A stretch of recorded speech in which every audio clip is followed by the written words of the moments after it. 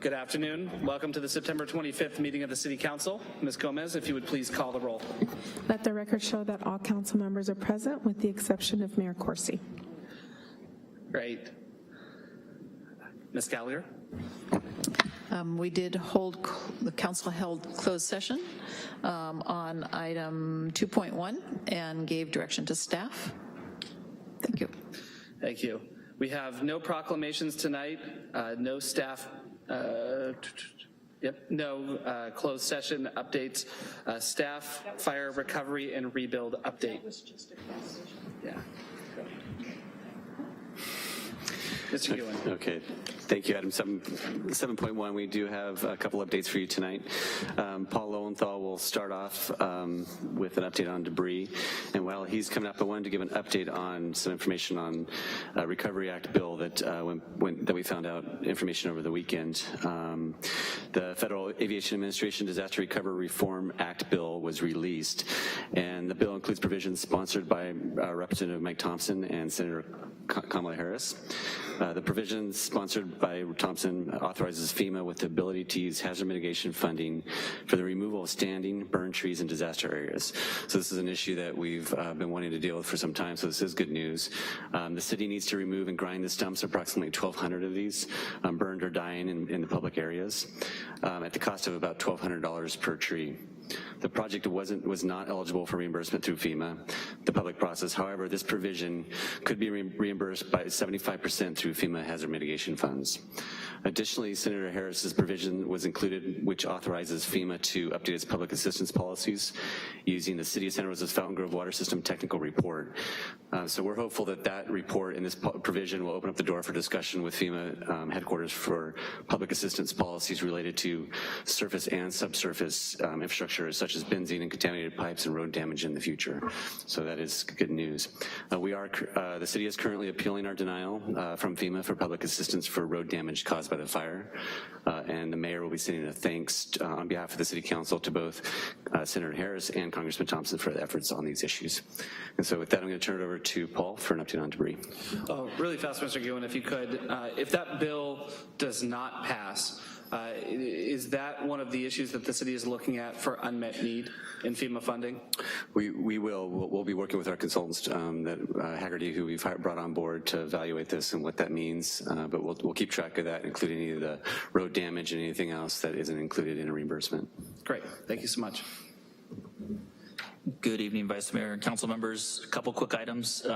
We discussed several weeks ago the meeting that took place in Sacramento. We finally got word in the last couple of days that they will now be finally scheduling the meetings between city, county, state, and federal. They were able to get the calendars to sync, and those meetings will occur the week of the 8th. We understand that one of the days is going to be one that will bring forth some of the electeds as well to bring everybody up to speed of where we're at so that we can move forward on that path. As you know, this last Friday was the final deadline for over excavation. Kind of in the final hours, 95 parcels contacted the county's hotline that operates on behalf of the county and the city, bringing the total reported sites over 700, 300 plus of which have been eligible and continuing to move forward with backfill to make them build ready. Currently, Cal OES reports that we're at about 72 and estimating upwards of 80 that are what we're being referred to as overly complex sites, meaning the state cannot fix the parcels. FEMA is here to evaluate each one of those parcels. The state is going to be providing a geotechnical report regarding those parcels and their inability to currently fix them under their current contracts. They intend to provide that information back to the federal level, which the goal will be to see what the federal government and FEMA plan to do with those upwards of 80 sites. Hopefully regarding any evaluations or discussions that occur with that will also be brought forth to our attention during the week of the 8th when those meetings occur with how to move forward with the issue resolution process. And those are kind of the two primary highlights right now. Councilor, are there any questions? Mr. Sawyer. Thank you, Vice Mayor. Could you elaborate, and I may have missed it, on what the nature of some of the fixes are, some of these unique sites? Was it the over excavation or what other issues as well? So the majority of what make up the upwards now of 80 sites are going to be those that occur in our hillside communities, Fountain Grove, where it will take a substantial engineering design to figure out how to support, maintain, and make those properties essentially build ready. So there is the potential from what they're seeing right now, and that's part of what's going to come out of the geotechnical report, is that the properties, the way that they're potentially excavated, to get both the ash and then potentially any excess soil that was removed that should not have potentially been removed, build ready. And the current state contract cannot fill those with the mechanisms they have in place right now to make them build ready. Okay, thank you. So I have two quick questions on this. The 72 to 80 overly complex sites that you said, do we know if the liability is going to fall on the homeowner to fix that, or is that what we're trying to determine with FEMA? That's what we're trying to determine with FEMA. So states providing the documentation that says under their current contract they can't do anything. They recognize the site is not build ready. The goal is that through FEMA's evaluation and the state's documentation that FEMA will figure out a path forward. And that's part of what we're advocating on behalf of, and kind of what goes back to the meetings that took place in Sacramento, where we brought in, McGuire's office, City Manager McGlynn, and other elected officials into the room to discuss these issues with not only Army Corps, but FEMA and Cal OES. Okay, Mr. Hewitt, I'm particularly concerned that the clock is running on how long these 72 to 80 homes are going to have to actually settle with their insurance companies. We've heard issues from folks who don't have an overly complex. Can we reach out to our state partners and see if there's anything that we can do legislatively in the beginning of next year to try to address the ticking clock for these folks who can't rebuild? And then also that leaves about 220 who are eligible, who are not in the overly complex sites. Does that mean that they're going to be backfilled with soil and get build ready? Yeah, the other sites that are able to comply, we have a full breakdown that I know Councilmember Combs has asked for in the past. So I can provide an update of where we're at with those current numbers so that you can see what the world looks like between city and county. But yeah, so those that can be backfilled are being backfilled. There's multiple crews that are moving through those as quickly, as efficiently as possible. I will tell you that by opting in those additional 70 to 90 parcels that came in the last minute, that does, believe it or not, slow down other parcels' ability, other properties' ability to move forward. The state only has so much staff, so the staff that were wrapping up geotechnical reports to once those sites were completed and backfilled is the same staff that has to go out and do those evaluations. So it's good that we got some of those new eligible sites into the program, but it does slow down some of the overall process. Regardless, the state's committed to wrapping this up as quickly as they can, and they feel like within the next week or so, was some of the information they shared with myself and building official Oswald this morning, that they feel like they'll have an idea of how long it'll take to complete the program within the city limits within the next week or so. On top of that, we do still have those several hundred parcels that are part of the issue resolution process. The state did take finally did get the files from the federal level. Their intention is to review those files with the federal level and then bring in the city and county to review those files with us as well. We're hopeful that all those meetings will take place the week of the 8th. Great, thank you so much. Any additional council questions? Great. Thank you. The next update we have is on fire damaged parks and a recovery of those parks. And Jen Santos from our Parks Department is here to present them.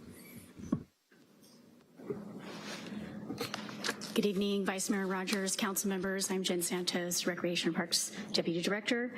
And I wanted to give a brief update today on fire damaged parks.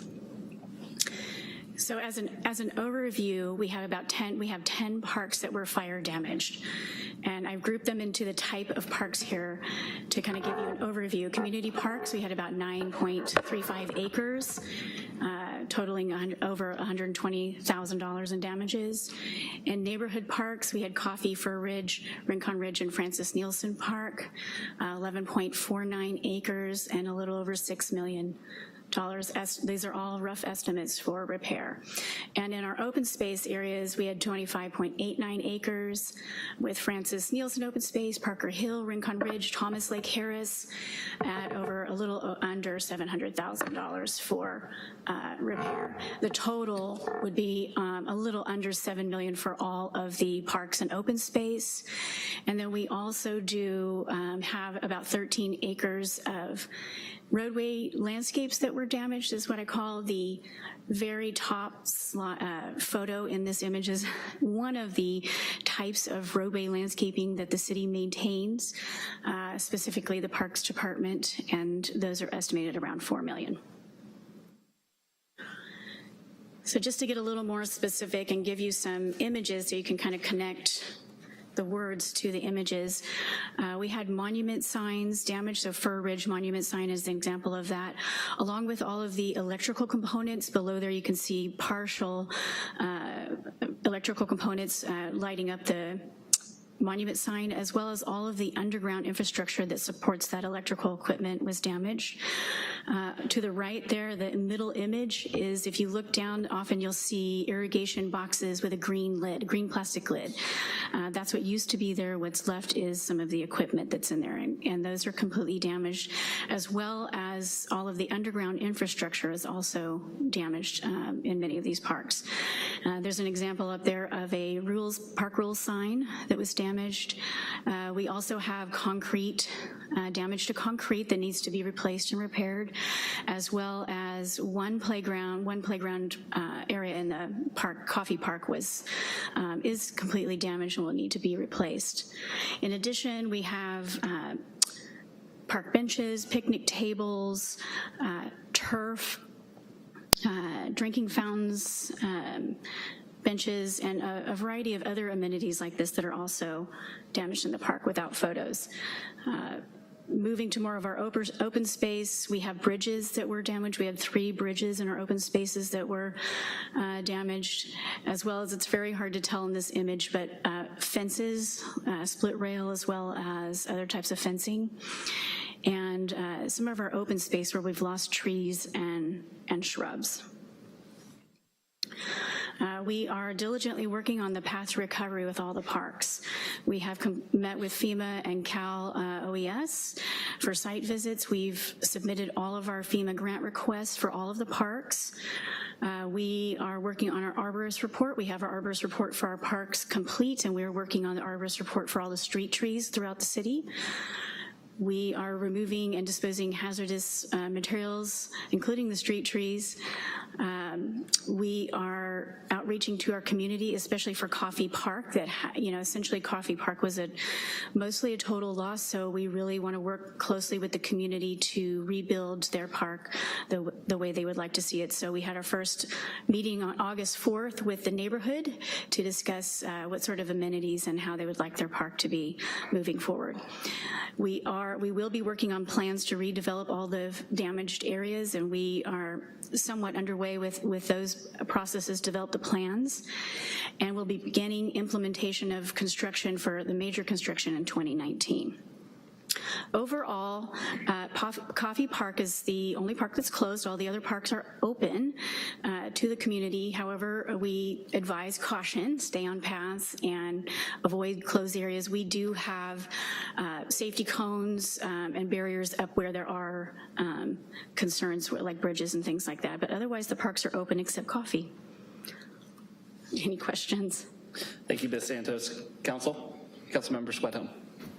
Thanks for this update. I do have a question about Coffee Park, because I know there's fencing there, but it's all matted down, but all the play structures are still there and people are using the park. What steps is the city doing to mitigate the liability that may be presented with that situation?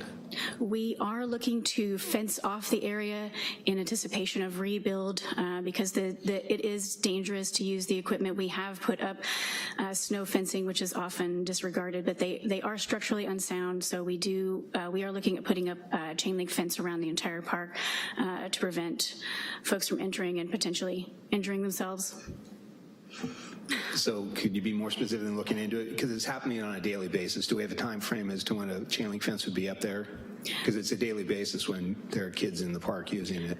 I can follow up with you on an update on the timeline. I know that the project to put the construction fence up was bid, and I think we're nearing award for that. So I'll follow up with you to get you an exact That'd date. be great. Thank you. Councilmember Combs.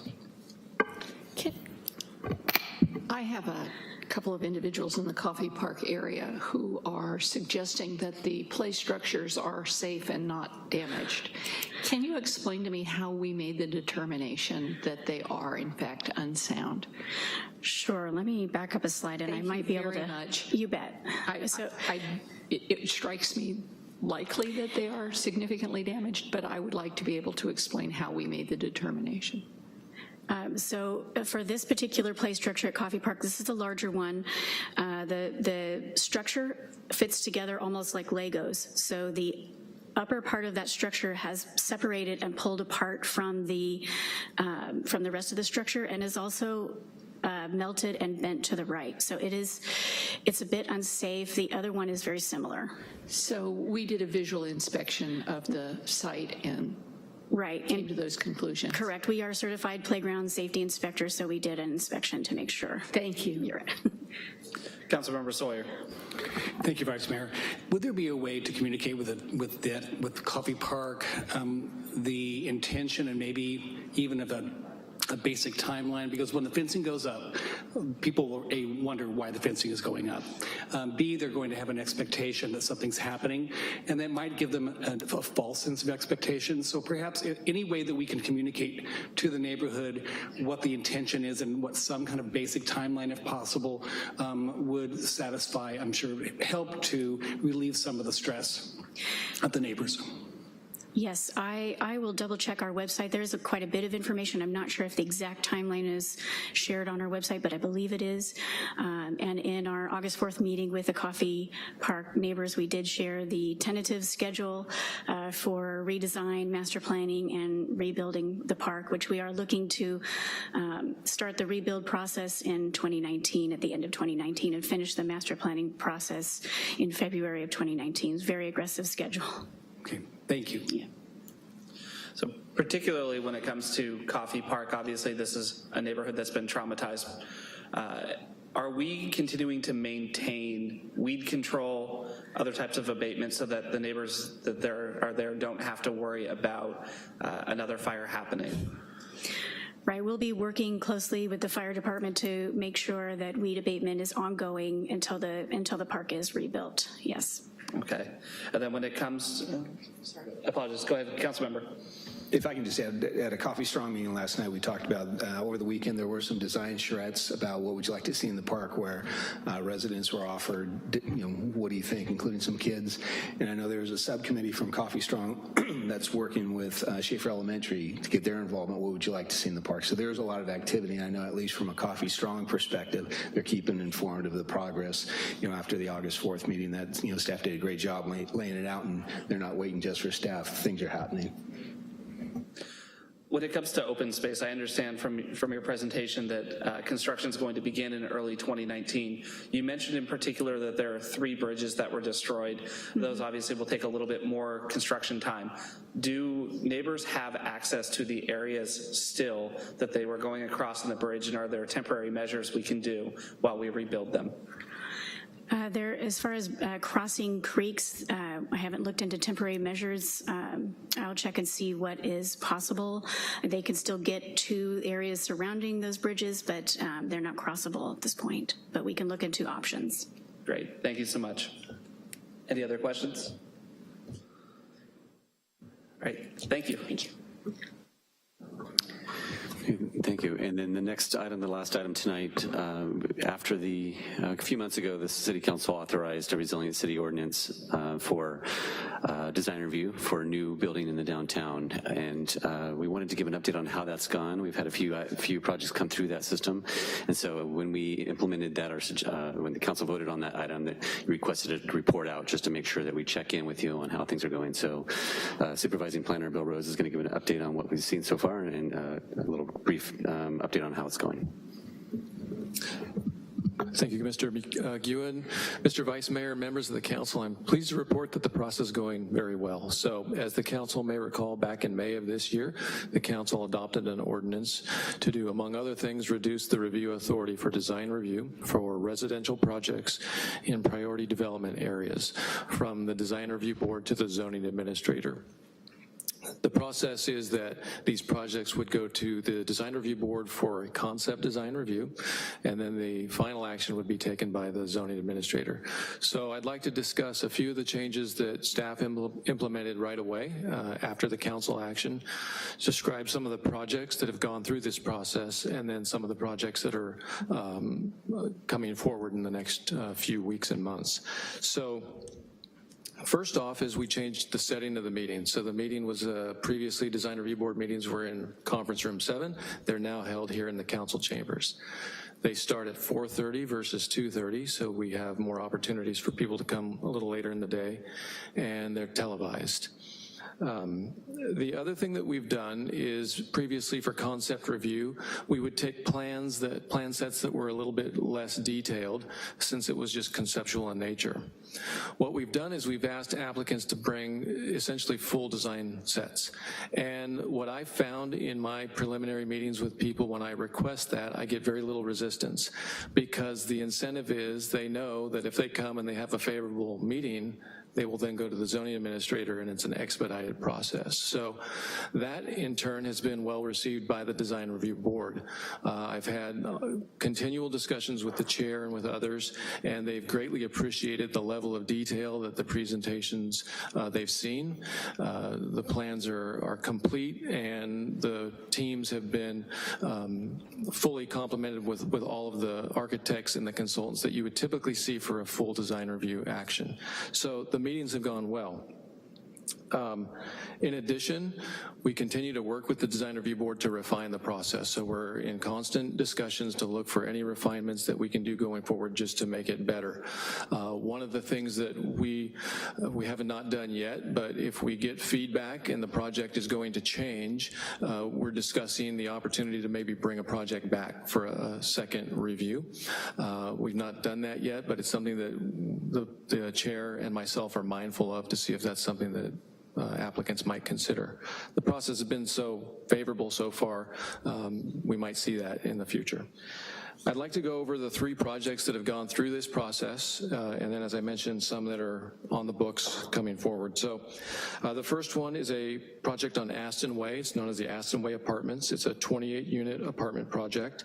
It received concept review on August 2nd of this year, and it actually went through to the zoning administrator on August 15th. So you can see it's a very quick turnaround from design review board at concept to then zoning administrator for action. It received approval. Both of those actions were very favorable. The board appreciated the presentation, liked the project, and the zoning administrator did the same. The next project is 420 Mendocino Avenue, so a downtown project. 128 studios, 1 and 2 bedroom units, 9 flex units. It's a 6-level building. Again, very favorable response from the design review board. It's not been scheduled yet for the zoning administrator, but we expect that to happen soon. And then the last item is the Kiwanis Springs Senior Assisted Living Center. It's a 100-unit senior project on Kiwanis Springs. Again, went through the process. The applicant team is working on the feedback that they got, and they will be refining that project and it'll be moving forward shortly. And going forward, we have nearly 350 units of projects on the books that will be taking advantage of this process. The Yolanda Apartments, that's 252 residential rental units on Yolanda Avenue. And then the Lantana Homes project on Dutton Meadow, 48 units. This is 100% affordable, and they're for sale units, which we don't typically see. And then lastly, a Burbank residential project. This is in the Roseland Priority Development Area, and that's 66 multifamily units. Those have been submitted for a neighborhood meeting and concept design review. They've not been scheduled yet. What I'd like to end on is I've had discussions with a lot of applicants, developers. I do a lot of the pre-application meetings. As I've said, very few resist coming in with full design plans because they see the incentive of this project. They see the benefit for themselves. But just today, I was speaking to a developer before I came here, and I mentioned that I was going to be giving the council an update. And he said, please pass along my sentiment. This is one of the best processes I've ever been through in cities that he works in. And he also indicated something that I think the council might find interesting, is that from his experience, he is getting feedback that people outside of the area, developers, builders outside of the area, are aware of what we're doing and very intrigued, very interested, and very impressed. And so it's nice to see that we're getting attention from outside of the area, not just from the tragedy that we all experienced a year ago, but because of some of the great things that we're doing. So in summary, this has been a very good process, and we hope to continue it. Thank you, sir. Councilmember Tibbetts.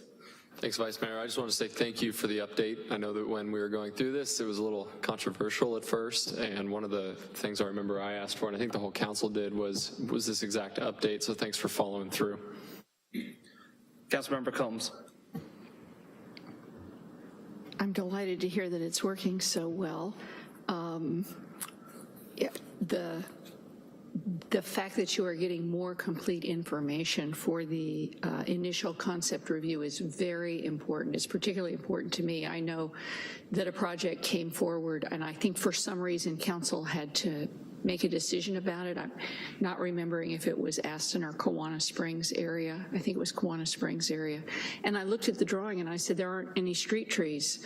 Why aren't there any street trees on this? And it was because it had been a concept review.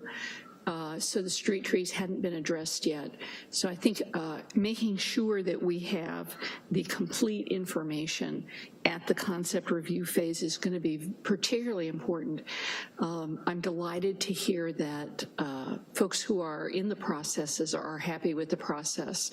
But for me, the proof of the pudding is in the neighbors and the ability of folks to not be surprised at what is suddenly being built next to them, because we have cut back some of the public engagement processes.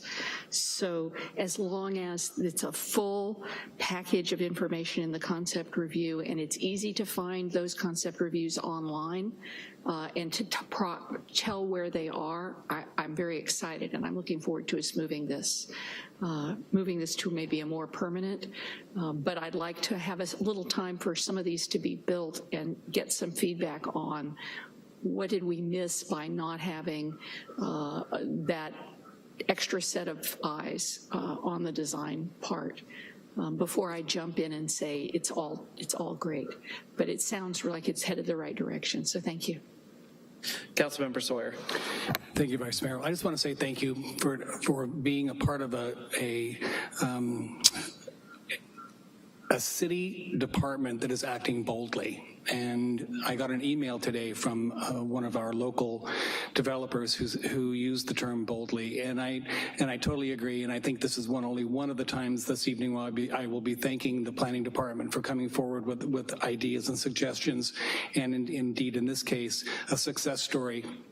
There is no perfection in what we are trying to accomplish here in Santa Rosa, but we are improving the situation, and we are hearing from not only developers, but those people that will be able to take advantage of these buildings coming online. So thank you very, very much for moving forward and for willing to take the risk. And I want to thank you too. I hear from council members in other cities around the state that they're taking notice of what we're doing, not just in the rebuild, but with our other existing units as well, and it all seems very positive. There was a question about the community engagement piece, and in particular, I remember when we first discussed this, there was a defect with the website that made it so that you couldn't sign up for individual projects because the timeline was so short. Have we corrected that yet? Have neighbors been able to sign up for a sort of a blanket, we'll get notified or get emails about any project within their area? I know that you are working on that, Mr. Guin. I don't know.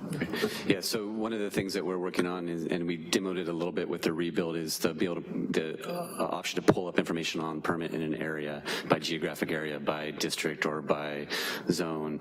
What we're working on now is extrapolating that citywide, so you'll be able to sign up for notifications of any permits that move forward in that area. So you can pick again by district or by a certain geographic area. That's going to be a lot more fine-tuned than we've had an ability in the past.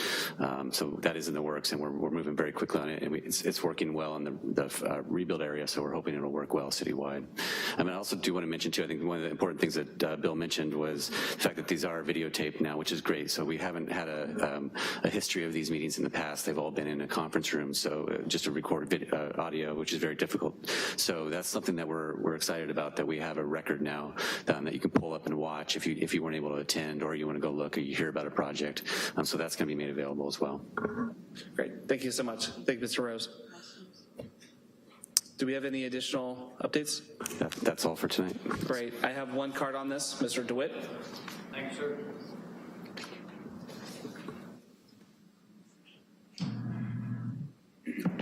Hello, my name is Dwayne DeWitt. I'm from Roseland.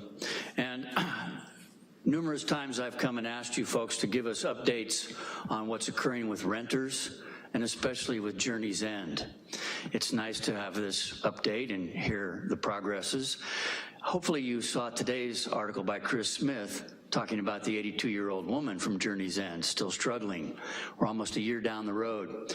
And there were a number of unburned mobile homes there that they say, well, you can't use because of smoke damage. But I've talked to people who've worked in that type of activity, and they say, hey, you can clean them, and then someone can move them. They could go elsewhere. It could be helping some people who don't have shelter. So I'm hoping you folks will at least give us the updates on what's occurring with Journey's End and what's going on with that situation. Ms. Santos has already left, but her discussion about parks was really quite important, because it pointed out it's going to take a lot of money to redevelop parks, and the ones that had the least costs were the open space areas, where they were basically just left alone and you'll basically not have to spend a lot. I would like to point out that people from the Roseland area have come here before and advocated, especially right after the fire, that the city help the people who lost parks first, instead of worrying about spending funds over there on big projects in the Roseland area. We just want nature saved. We're not looking for a lot of concrete. And then the last thing that I think is really important is Mr. Rose pointed out the resilient design situation. And it's great. It looks like there's hundreds upon hundreds of units coming forward now. And you know, over in Roseland right now, there are hundreds upon hundreds of units being built.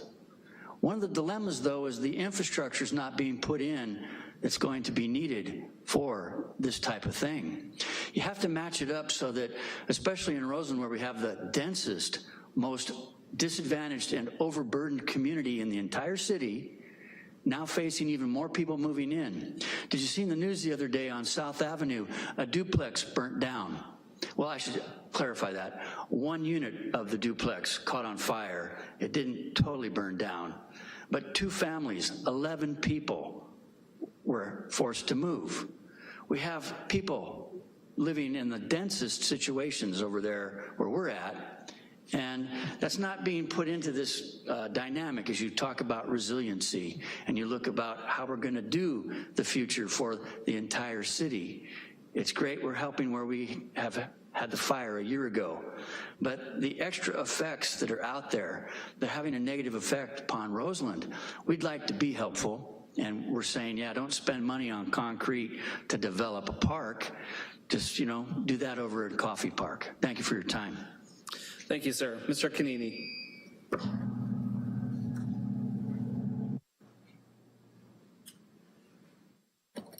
In regards to Councilmember Schwenghelm's question about the liability that the city might face if children are hurt, and Parks has let out a contract to put up a fence.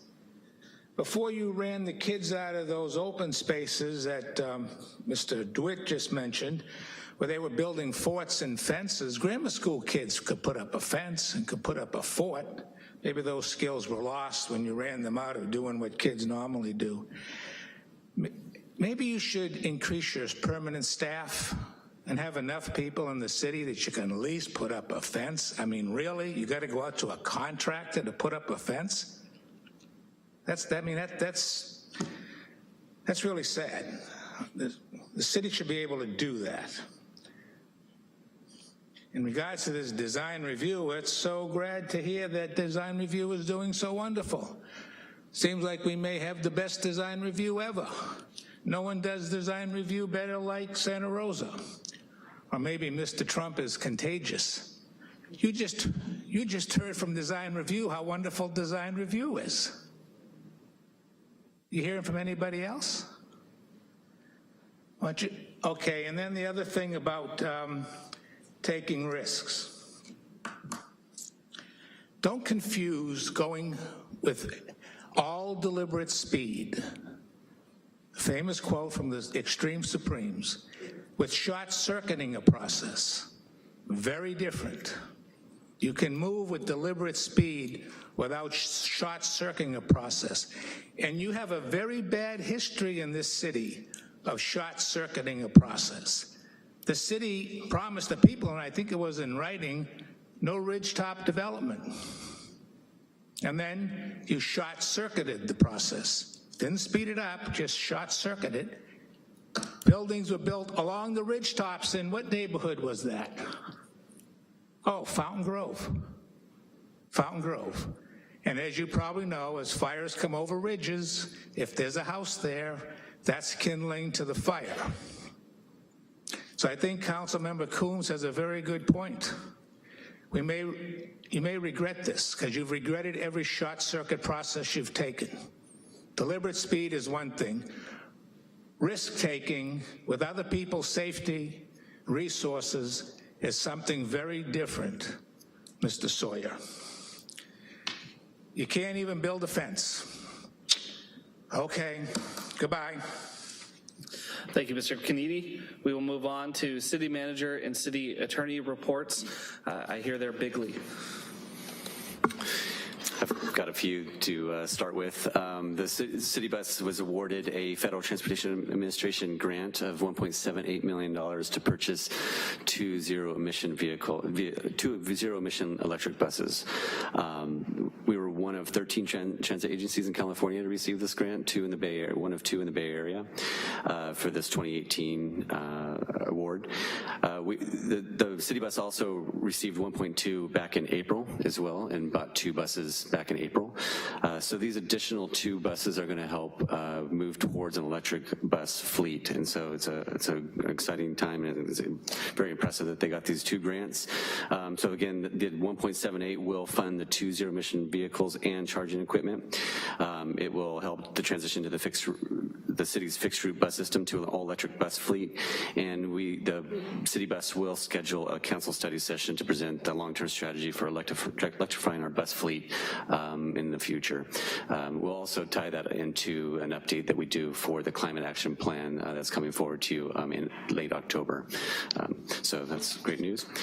Also, you may have noticed there's some new art going on downtown over on the Roxy Theater.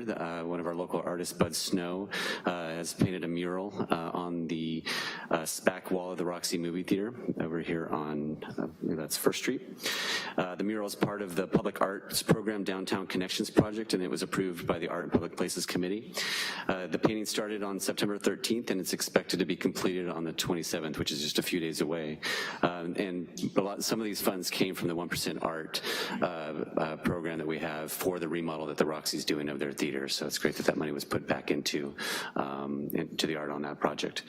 And then also want to give an update on the art program, the Art and Public Places program itself, which includes the event permit administrations.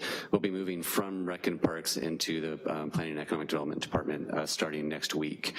So we're looking at that as an opportunity, a way to find additional opportunities to leverage art, work with development early on in the process to engage art as part of the 1% art program, and coordinate with the Out There program. program as well.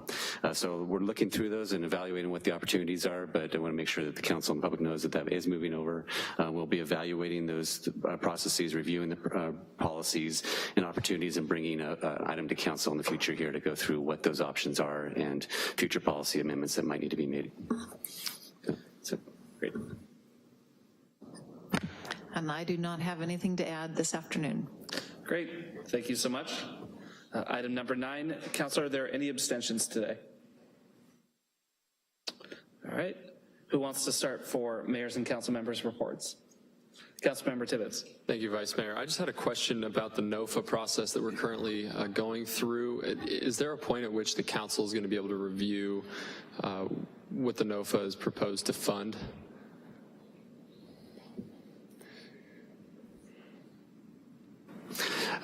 My understanding is that it went through the Housing Board and it will not come to the council for approval, but That is my understanding as well. The review of the applications, we got considerably more applications than we will be able to fund. Review of those applications is in process now. So if the question is, can we provide an update in terms of what was awarded, what the recommendation was for the board, that's absolutely something we could do. I'll make a note of that, and we'll.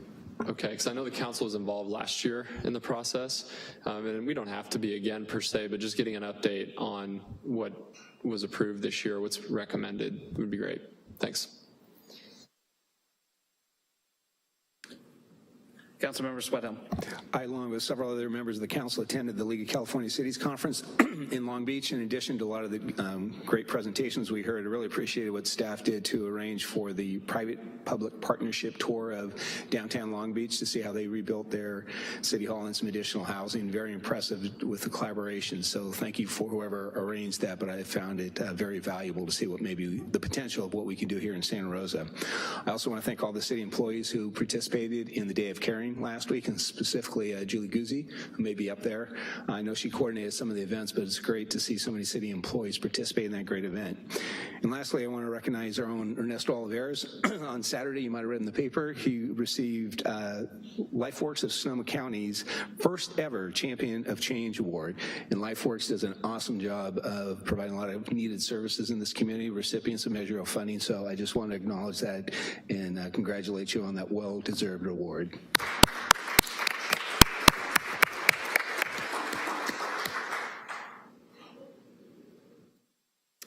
Councilmember Combs. Yeah. In addition to the League of California Cities meeting, I had the good fortune of going on from there to San Diego. San Diego has a remarkable and cutting-edge fire alert system, fire response, fire preparation, actually general emergency alert response and preparation system.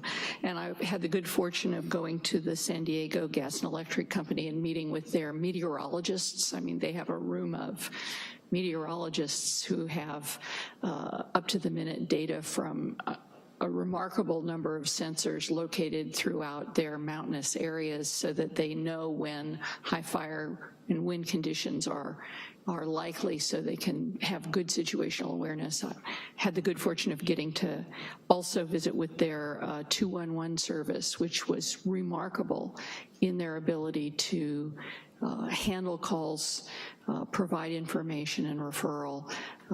Looking forward to bringing some of those kinds of service expansion to our area. I'm also going tomorrow to the CASA Steering Committee, the Committee to House the Bay Area. So there is a set of specific state legislation that CASA is currently looking at. It's considered a package compact. So while some of us may grit our teeth over certain elements and cheer others, they might not always be the same ones we all cheer and grit our teeth over. This is the way the compact is looking now. If you don't mind, I will read the 17 items that are being discussed as a compact. One is just cause for eviction. 2 is an anti-gouging cap. 3 is the right to legal counsel for tenants.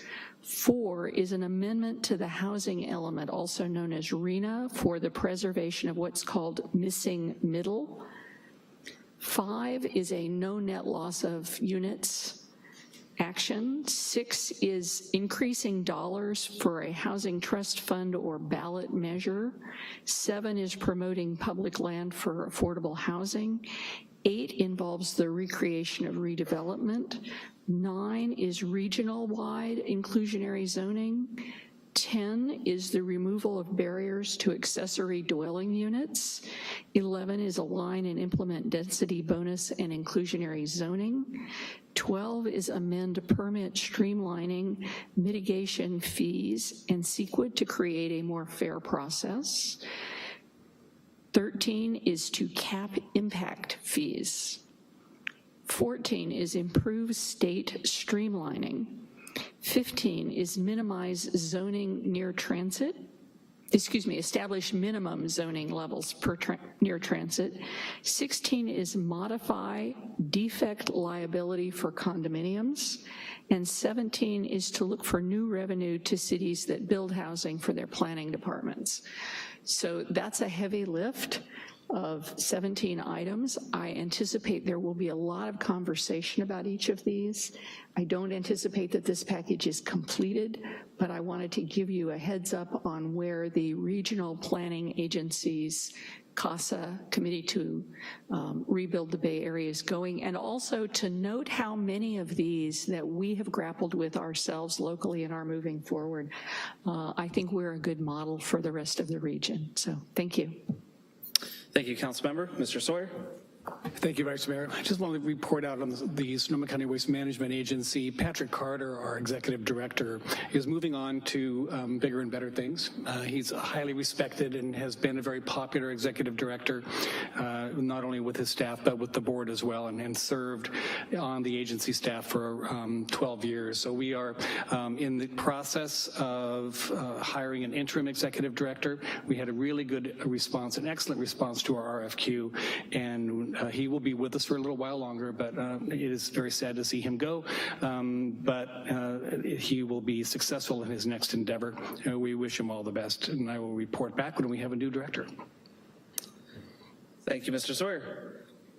I also will report back on the League of California Cities annual conference along with some of my colleagues. Most of the trainings this time obviously focused on homelessness and housing, but in particular, I thought it was really interesting sitting in on the Pension Reform Committee meeting, and most telling for Santa Rosa is we heard pretty much exactly what we heard in our last long-term finance policy and audit committee. So it sounds like we are at least in step with other cities in terms of how we're trying to address the long-term liabilities. We also had our first meeting for the successor to the successor agency for redevelopment.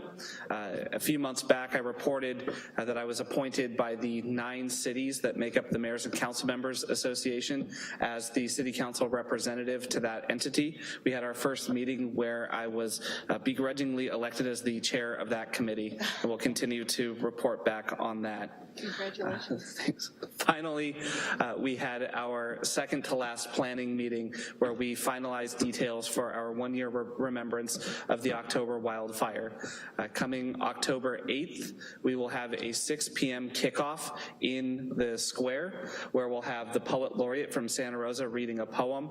We'll be partnering with our local firefighters to do the ringing of the bell ceremony to remember those who were lost. It'll also give us a chance to then open up where all the way through the 9th, individuals will be able to come and do chalk squares on the square to represent how they're feeling 1 year out, whether it is a picture, whether it's a thank you of somebody who has helped them, or even if it's a complaint about something that's not going well. This will turn into an art walk for our community, really as an opportunity to show where we're at 1 year out. And that'll lead right into, I've heard Coffee Strong is also going to be having a candlelight vigil on the 9th as well. If you're interested, we have bracelets up with Julie Guzzi up at the top. They are green Santa Rosa Strong, Sonoma County Proud bracelets that we are passing out out to folks who attend the event and to help publicize that we are, in fact, going to be doing something a little bit low-key as a remembrance. I have one card, Mr. Chernoff. We do not have an update on the Groundwater Sustainability Agency. So if you'd like to give a general comment about some of the council reports, that's fine, but that item is actually not on the agenda tonight. I think we can include that. Or I could address that in a certain way. So here we go. A message concerning groundwater sustainability, grounding of our spirit, our physical being and soul. Clear water flows in the promised land's goal. Sustainability of cactus is manna for all. The mother of all boycotts be the true call. And time for California students as Jedi Knights, being the rainbow spirit warriors. Yes, every son and daughter to now be walking on water. Shaddai, Shaddai, Adonai, Shaddai. A beautiful gate be open, I say, for the lion now lays down with the lamb. I am, yes I am, Peter, servant leader. I am who forever has cried as the spear that pierced his side. I am he who has felt the terror of every abused and slaughtered sentient. I am the red, white, and blue unfurled into the promised world. I am the love of Almighty, so too such love shared through Aphrodite. I am the conviction of veterans who know the light, having survived the fight, having left so many behind. I am the mother's pain of children lost, only to be comforted by finding out that they were angels all along. I am he who burns all bridges of corruption, forever ceasing mammon, all the industry of oil in every slaughterhouse. I am the one who forever has walked the trail of tears, forged by fire and liberty's desire, being free of all fears. As surely as the fires were commanded by the iron rod of God, so too every knee on earth will be grounded and remanded. I am he who shared the promised prophecy that this moment be set unto spiritual fire, ceasing for 40 days the world's economy. I am now the essence of your being. I am the clarity of your seeing. This world of illusion in all its profusion now cease. 40 days releasing Leonard Peltier and our U.S. Constitution. That moment we will know peace. Juega la general, ahora, no más trabajo, no más de schools, not a penny to the system. This be your given full moon tune, beautiful high noon command. I am that I am, in service unto Most High, commanded you be, put forth all your strength, all love, and you will be supported from beyond and above. So too all strength from within and down under, fortified by the greatest of all lightning and thunder. As you have heard it, as you have heard the word, embrace and abide this almighty command with a smile on your face as be given, now done, into the promised land. For we are the power and the time is at hand to open these doors to the promised land, which I tell you for true be beneath our feet. And we are the most powerful people on the planet. Together, united by this 40-day freedom strike, we be on granite. Amen, amen, aho. Thank you, sir. And Councilmember Combs has slipped me a note as a reminder. This community did lose a trailblazer over the weekend, Helen Rudy, and we will be closing tonight's meeting in her memory. With that, we will move on to item 10.2, and we are actually going to hold this item until Mayor Corsi returns. It is the agenda item regarding a community homeless assistance program update and alternative housing options. We will bring that back when the mayor is back. Item 11, approval of minutes. Council, are there any amendments to the minutes? Seeing none, we will show those as adopted and move on to the consent calendar. Thank you. We have 6 consent items tonight. Item 12.2 is a motion. Traffic signal detection camera sole source manufacturer standardization. Item 12.2 is a resolution, approval of 7th Amendment to General Services Agreements F000608 Smile Business Products, Inc. Item 12.3 is a resolution, 6th Amendment to Professional Services Agreement with PFM Asset Management, LLC for investment advisory services. Item 12.4 is a resolution, agreement with E+ for a new storage area, otherwise known as a SAN. 12.5 is a resolution adopting amended conflict of interest code. And item 12.6 is a resolution, Second Amendment to Solid Waste Collection Service Agreement between the City of Santa Rosa and Recology Sonoma Marin, DBA Recology Santa Rosa. And if I may, I just want to mention that on item 12.5, the amended conflict of interest code, there was an updated resolution on the website and before you, simply added in the assistant right-of-way agent into the city manager's office as well in the Appendix A. Thank you. Council, are there any questions on the consent calendar? Councilmember Sweathelm. For item 12.3.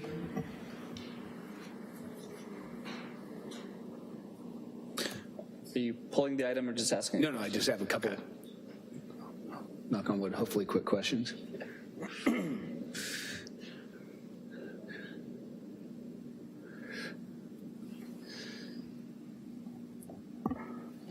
Thanks for coming down, Alan. Two questions. In the staff report, it talked about how this investment firm the returns had beat the benchmark, but there's no indication. What is the benchmark? Where would someone in the community find out what is that benchmark that has been beaten by 0.38%, I think?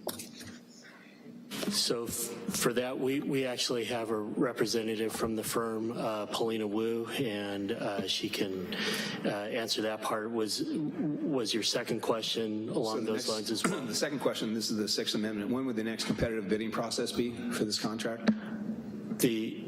We are getting ready to, we actually have an RFP that's, we're just finalizing right now. We'll get that onto the streets. So this will only be for this year. I know there were some extenuating issues last year, but it's our intention to have this actually under contract, easily by the end of this contract or even sooner if possible. But we figure probably a good 6-month process, especially if a different firm is selected just from the whole contract review process. Great, thank you. Councilmember Tibbetts. She's answering the first question. Thank you so much. I'm Paulina Wu. I'm a director at PFM. I've worked with the city for many, many years. To your question, Councilman, the city publishes a monthly report that goes up on the website. I believe we also get a copy. The benchmark is on there. Sorry, I apologize. Could you move a little bit closer or move the microphone towards you? There you go. Thank you. Is that better? Yeah. Awesome. The city publishes on its website a monthly report, and it has the benchmarks that the city uses currently for the portfolio. It's a 1 to 3 year Merrill Lynch Treasury benchmark. You also look at where the funds are versus the state pool. So if you had left all your funds liquid, so you have that on the graph as well. You also have, I believe, another Treasury benchmark on there just to show you where the market is. So for our portfolio, we manage against a total return benchmark that is a 1 to 3 Treasury benchmark, and that's on the report that goes up on the city's website. Great, thank you. Councilmember Tibbetts. Yeah, I have a question about this, Alan. What are the restrictions on investing this money? I remember I looked at this last year, my first year on the council, and noticed that there was a wide range of performance with PFM ranging, I think when I checked in last, it was at 0.89%, but it looks like it's gone down. My memory could be fuzzy. It was really a long time ago when I was looking at this, but there were also a lot of restrictions, and I remember it was because, again, I was trying to invest locally because I'm aware of a couple of regional banks in our area that have liquid savings portfolios generating 1.5% annually, and I asked us to look into that, and the response that I received was actually there wasn't much of a response at all. And I'm thinking that now, depending on what the restrictions are imposed on us by the state and how we invest taxpayer funds, I'd like us to go out to bid right now.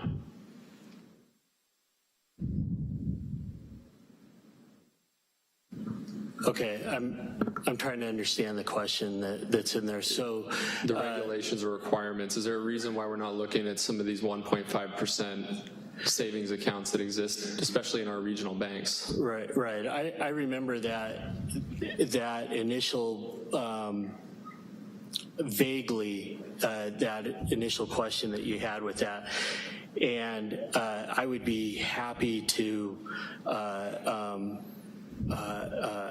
well, I'd need to look back and find out what our response was, because I don't want to say it right now and take a guess at exactly why we said we couldn't go into there. But it was, I recall it being pretty clear at the time that it fell outside of what we could invest in. We do line ourselves up well with the government code and what we're restricted along those lines.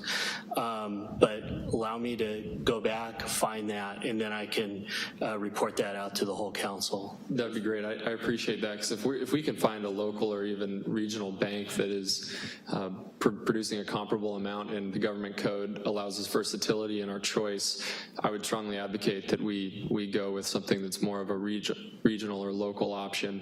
And for that, Mr. Vice Mayor, I'd ask that we keep this separated out separately so I can vote separately on this particular measure. Yeah, we'll pull that item. Thanks. Councilmember, did you have a question? Yeah. I have a question on 12.5.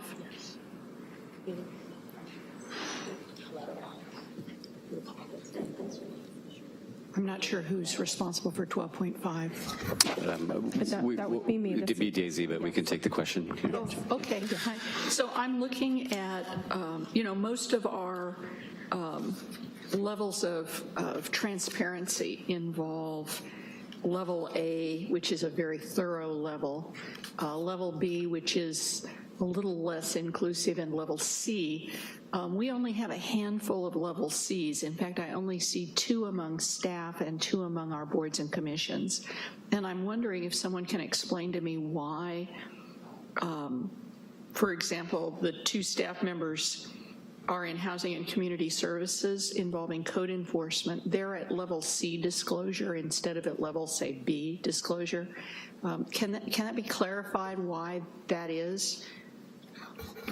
Well, it really is upon, because the department heads review all of the position, and based on their responsibilities, the department head will work with staff and figure out whether or not they should be reporting in one of those 3 levels, A, B, or C.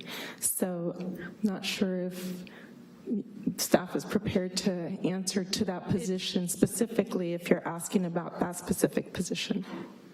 Because it seems to me that B includes investment interests in positions regarding business entities, whereas C is specific to real property. That might be why code enforcement is only looking at disclosing real property interests. But I don't know if we have investment tools now that include investments in real property. So I'm trying to figure out if an investment interest has a real property element in it, does that have to be reported or not? If I'm tracking your question correctly, Councilmember, is that we selected level C for the code enforcement techs? Yes. Because they're not making financial decisions or handling cash transactions, and basically wanted to know if they had any conflict with certain properties they might be visiting. I don't know if they're called techs. It says code enforcement officer and senior code enforcement officer. That may be the same thing. So they're enforcing rules on what may be a corporate property owner. Correct. So I'm wondering if they're invested in a corporation that is involved with that corporate property owner, do they have to disclose that investment? They would. Even though they are not particularly a direct real property owner? That's correct. Okay, so C covers that. I believe so. Okay, I just wanted to make sure of that before I said okay on having those be only at level C and not at an interest level. Okay. Thank you. Thank you. And similarly, why was the chief building inspector deleted from the conflict of interest code? believe we went through and updated the titles in terms of what titles we have on the books versus what we actually have. So we have a chief building official and we have a senior building inspector at this point. Great, thank you. Are there any other questions on the consent calendar? Great. I have one card, Mr. DeWitt. Thank you, sir.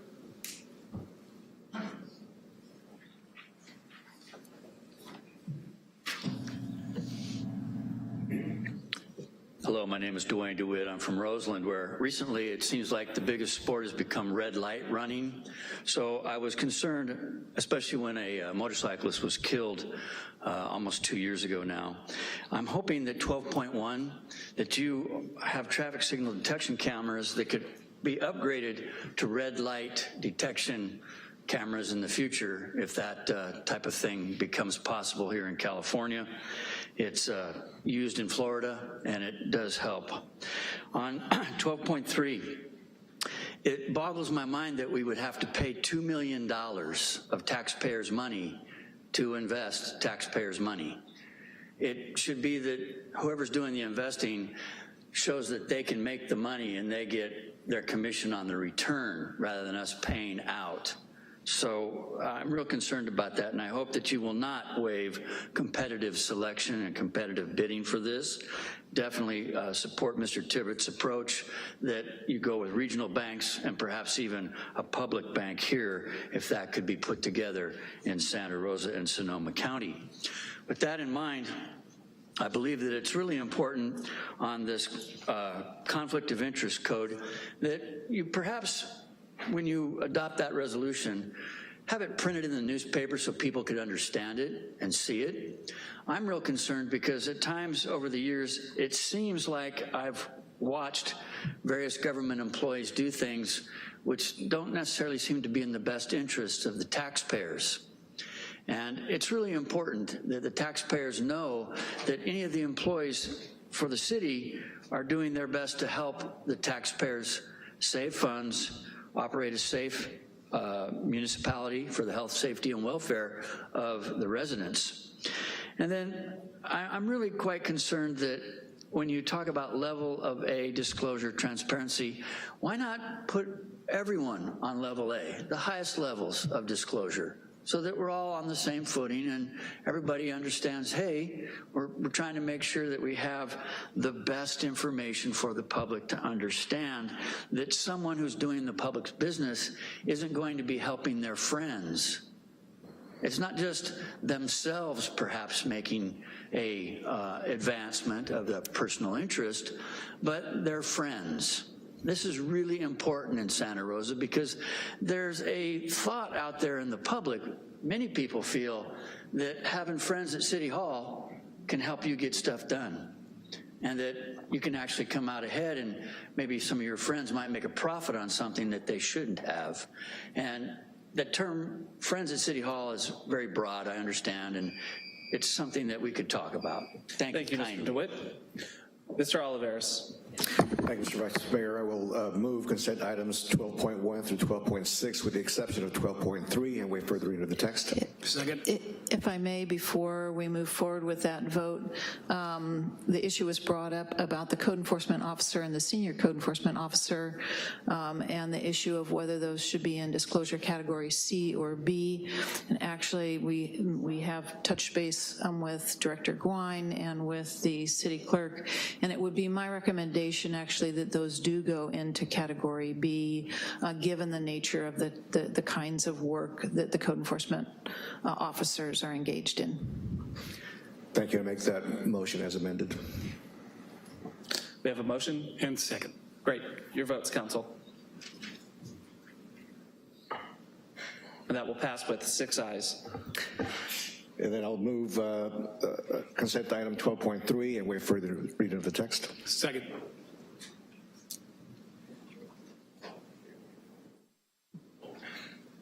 And that will pass with 5 ayes with Councilmember Tibbetts voting no. We will go to public comment.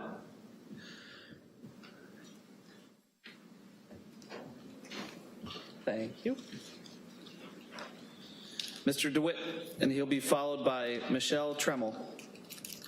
Thank Thank you, sir. My name is Dwayne DeWitt. I'm from Roseland. I'm pleased to have this opportunity to speak about the Roseland neighborhood and the efforts that we're making there to have nature saved for our young people, to have the poorest people in Santa Rosa be able to experience the nice nature that the folks over in Fountain Grove and out in Annandale get to experience with the well-to-do. With that in mind, we've been talking about a veterans trail over there. The Vietnam Veterans Chapter 223 put together a veterans trail in Annandale Park decades ago. And at last Tuesday night's meeting of the VVA, we came together to support trying to have a veterans trail in southwest Santa Rosa along Roseland Creek. We believe that it's a very good opportunity to actually unify the city. And we could have, such as the southeast greenways going forward, we could have the southwest greenway, the Roseland Creek Bikeway and Greenway go forward, and the Roseland veterans would help out on these things. With that in mind also, Make a Difference Day is coming up. It's Saturday, the 27th of October. It's an opportunity for people in the community to make a difference on projects that help the community at large. Over in Roseland, we've decided to work along with the Community Action Partnership, Community Benefits Initiative, the members of the Burbank Avenue Neighborhood Association, and Hughes Avenue Neighborhood Association, Roseland Action, and Health Action. That's it, Southwest Health Action.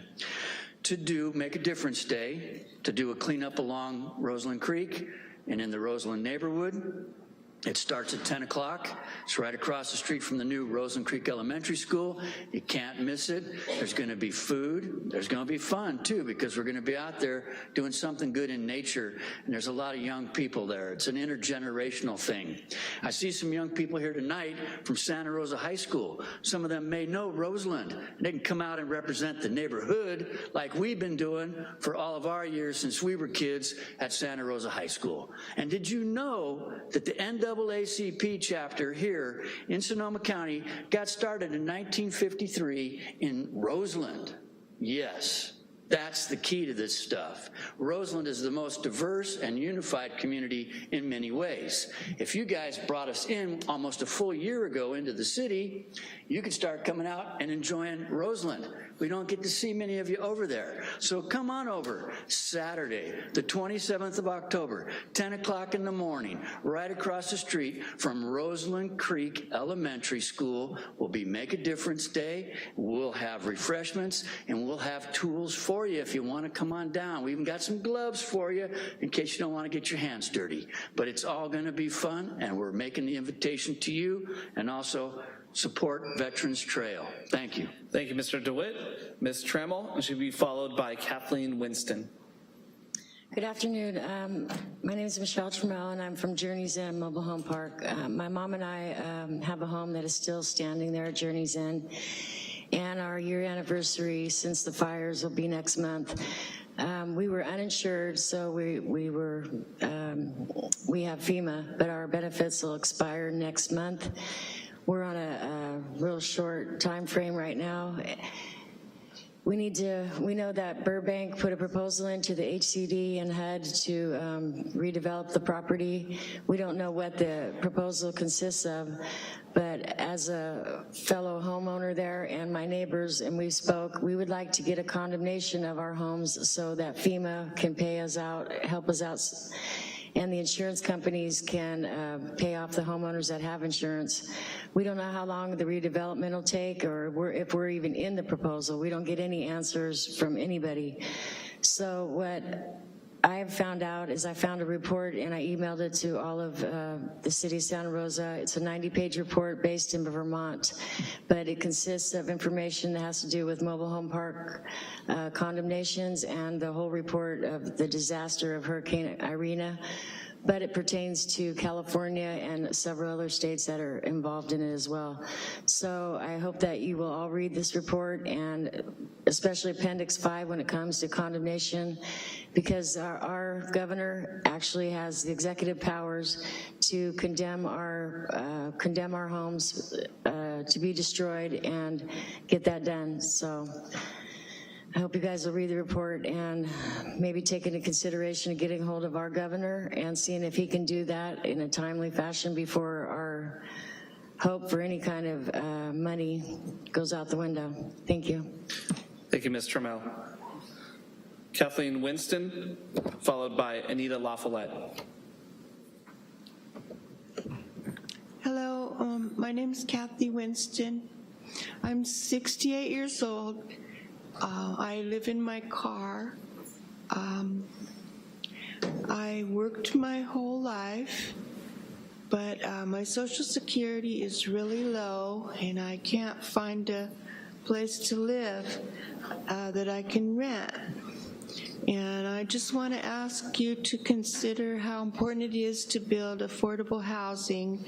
And before that gets built, we desperately need safe parking because there isn't anywhere I can park where people don't want me to leave. And I've been told it's disgusting that I'm camping in my car. I'm really disturbed that people call it camping because I went camping when I was a kid. Camping is recreational and fun. Living in your car is not recreational and it's not fun. But it's the only place I have to live now, and I've also been told that I should leave the county or the state to find affordable housing, and I would like to say that I was born in California, and I've only lived in 2 places in my life, Sonoma County and Southern California, and living in my car in Southern California is much more dangerous. I haven't heard any gunshots up here since I came back here, whereas when I was living in my car in San Bernardino County, I heard gunshots several times a night from all different directions. And after my mom passed away, I decided, I didn't need to stay down there anymore. I was down there to take care of my mom for 10 years. And after she died, I came back here now. And I would also like to tell those people who think that I should leave the county and the state to find affordable housing, I would like to tell them that this problem is nationwide. Affordable housing hasn't been being built for the last 30 years.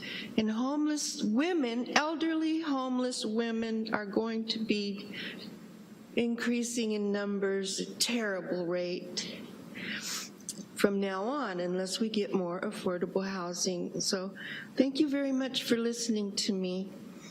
Thank you, Ms. Winston. Anita LaFollette, followed by Peter Chernoff.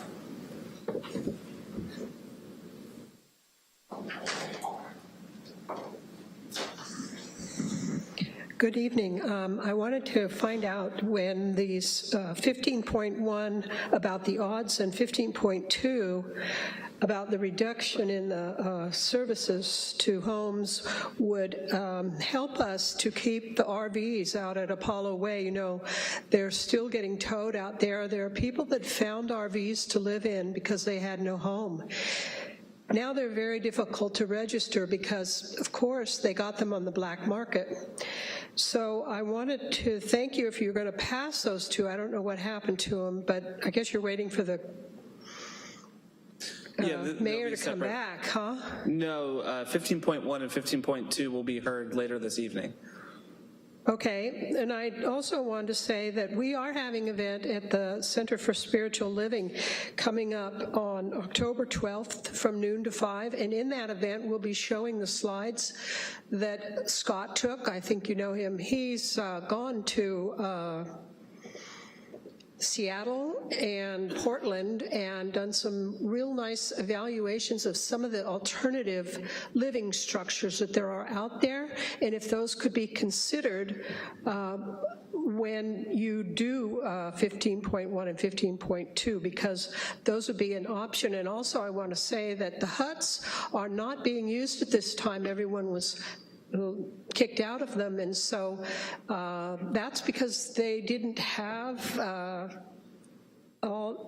they didn't have electricity. I don't know, the huts are only for living, that's, you know, for sleeping at night. So if you would reevaluate that. And I also wanted to say about the Sonoma County homeless system of care that's being redesigned, all this Ms. LaFollette, we'll get there. This time is for items not on the agenda. You want me to come back? We will have that item in a couple of minutes if you'd like to speak on that. Okay, well, please come to the center and also I wanted to find out, how come HUD doesn't work here in Sonoma County? Because we have a lot of apartment complexes out there that are not full. They're begging for people to move in at $1,600 for a one bedroom, and how come it doesn't work? The capitalist system is really not working in Sonoma County. For some reason, those rents never do go down. There are apartments over on Jennings, over on North, and down Santa Rosa Avenue, but nobody can move into them like the lady you just heard from. That's because they're too expensive and HUD doesn't work. So I wonder why those two things aren't working, and maybe you should put that into an agenda item when you do your evaluation of making many redesign plan that you're going to do. And thanks for hearing from me, and thank you, Jack, for the meals that you give to those that need them. Thank you, Ms. LaFollette. Peter Chernoff. Well, good afternoon one more time. You know, it's good to see the students here. I've said that before, and Dennis DeWitt made a mention of that. He's a veteran. And there's a lot of veterans that have seen a lot of things that are above and beyond what you see in most of the movies. And a lot of them did what they did on behalf of the likes of students your age before you were a twinkle in anybody's eye. And you are the generation that's been spoken of by prophecy of Native Americans as the Rainbow Spirit Warriors. You happen to be in the most powerful state in the world. You happen to be in the most blessed county on the planet, and probably the most incredible city of all. There's a reason that Charles Schultz stopped here with the Peanuts gang. There's a reason that Luther Burbank stopped here. Luther Burbank said, this is the best place of all the earth to grow veggies and fruits. And Cactus Pete says, if we do it the right way, we end all disputes. You have more power than you can imagine. So during this 40-day sabbatical, we speak to each other, maybe a little radical. We make sure the parents and the cops and the politicians make sure they all get off the fence, pay no more mortgages, no more rents. And we explain to them how we got a solution to every problem. You're going to pay nothing to anybody for 40 days. And at the end of the 40 days, you might say, if we agree to pay anything at all for mortgages and rents, if we do, it'll be 25% of what it was before, which means every city, county, state worker, every teacher, everybody that's working 40 hours or more a week can now work a 20-hour week and have more than before, which just added 340,000 new jobs in the state of California. And then, of course, we tell them about the 14-acre South Los Angeles urban gardens and their blueprint, which puts everybody else to work full-time forever. Every problem solved as all these corruptions be dissolved. A 40-day karmic yoga exercise, drum circles, spoken word. I challenge any one of you to challenge me in a little 3-minute deal with spoken word. I double dare you. It's time to be bold and beautiful, under great spirit, be fully dutiful. The Queen of Soul, high noted, we think, then act. For all the violence and wars and corporate stores, they stink, and that's a fact. I am hell-bent and heaven sent. Warriors now clear, free of all fear. Withhold, withdraw all consent. The freedom rose now flower. Never again to deceivers do we give our power. Let us be fully arisen with courage to serve. Who have worked for us, get on the Freedom Rose bus with courageous nerve. Together we command away forever the apathy, ceasing all corruption by your royal interruption, the 40-day freedom strike prophecy. 2 more sentences. Support the veterans, for they have done unto you. So to the organic farmers and law enforcement. Come on, Mr. Chernoff. To be as God, act as God in this world filled with Mr. Chernoff, go ahead. warriors of the rainbow spirit, stated prophecy, arise. Mr. Chernoff, your time is up. Come on, sir. Ms. Chernoff, go ahead. My name's... Did you want to invite me to do that poetry down there in the square that day? Is that what you were asking also? Please do, sir. Ms. Jurek. Hello, my name's Catherine Jurek, and I would like to make a statement about a request of the city about what you might say publicly about how unsheltered people should be treated. The city council members and all elected officials should take a bold step and claim unsheltered people as part of us. They should work hard to shift the public away from a view of disgust for the awful way these people live to one that sees the extreme difficulty living on the street is. The actions of evictions, removing sanitary facilities, harassing, unkind words, impatience, impounding, arresting for crimes of being human need to be replaced with space for all, care for mentally unstable, medical support, disabled access, elder care, patience, sanitary facilities, language of compassion, support services, and more. It's time to stop talking about the needles and garbage and human excrement and start wondering about a society that created a place where human beings have to eke out an existence in one of the richest parts of the world. It's time to talk about the morality of throwing away anyone. Thank you. Thank you, Ms. Jurek. So, Mr. Guin, I heard from one individual about the limbo that we've heard of folks in Journey's End who are caught between not having their units condemned and not being able to be paid out by insurance. I know we cannot discuss it in this meeting because it hasn't been agendized, but could you please look into the idea of having the governor condemn the units and bring it back to our Rebuild Committee? Yes, we will do that. Great. Thank you so much. We'll move on to item 14.1.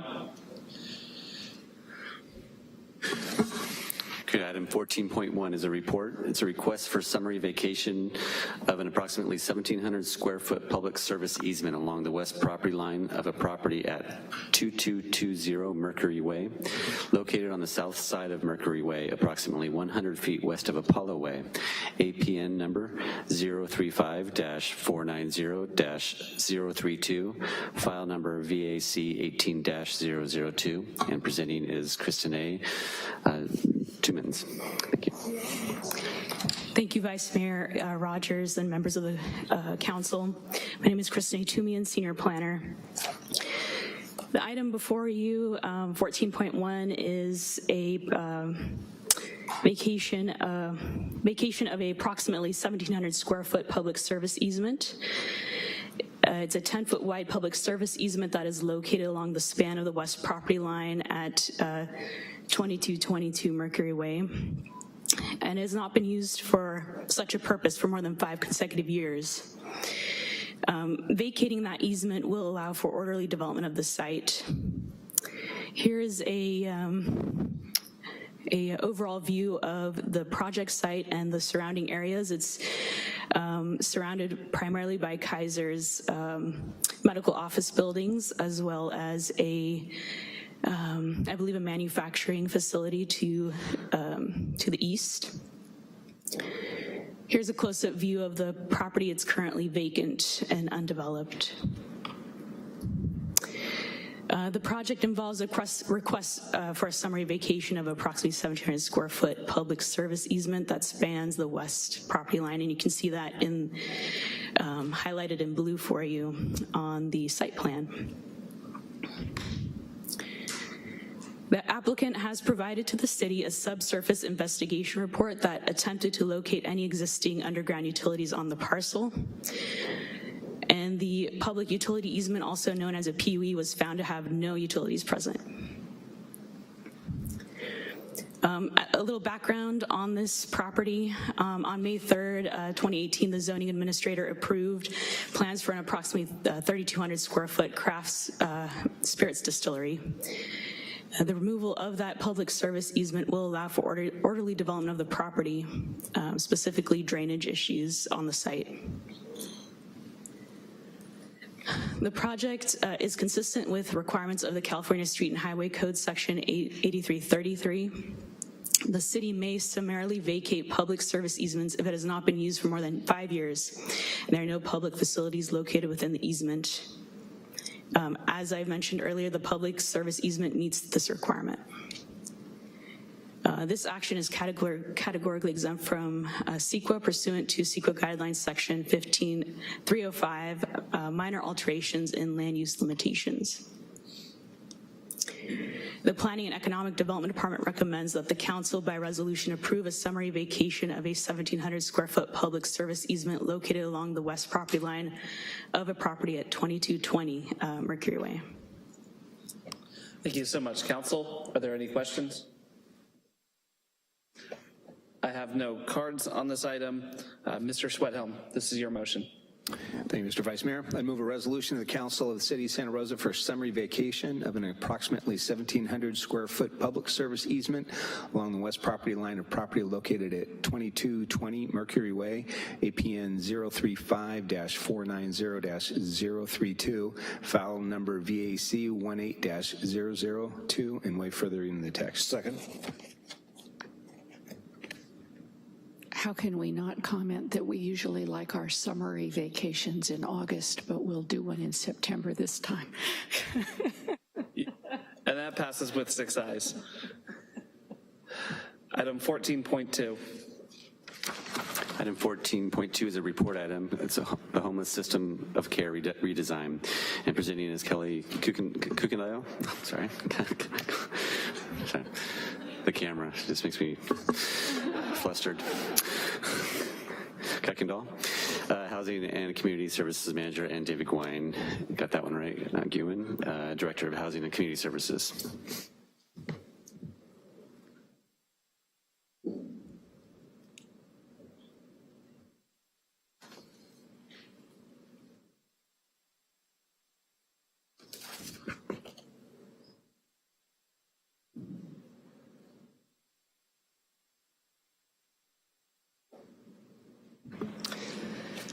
Good afternoon, Vice Mayor Rogers and members of the council. Kelly Kuykendall here with Housing and Community Services, and I also have our director, Dave Gwine. The item before you this afternoon, I will cover a brief overview of the planning process of our redesign of the homeless system of care, and also we're seeking approval of the new governance structure of the redesigned system of care, as well as Mayor Corsi's appointment of Councilmember Combs and Schwethelm to the new Leadership Council. Beginning in 2017, the Sonoma County Community Development Commission, and I want to point out now that we do have some representatives from the CDC here with us this evening. We have the director, Margaret Van Vliet, and Michael Gauss, who is the coordinator for the Continuum of Care, here with us. The CDC is the lead agency for the Sonoma County Continuum of Care. We are required to have a Continuum of Care or a planning process here in Sonoma County in order to receive approximately $3 million annually in federal funding to address homelessness. The 3 entitlement jurisdictions in Sonoma County, the housing and urban development entitlement jurisdictions, I should clarify, are the County of Sonoma and the cities of Petaluma and Santa Rosa. The CDC contracted with Homebase, which is a HUD technical assistance provider based out of San Francisco, to develop a report and preliminary recommendations following an evaluation of our system of care last year.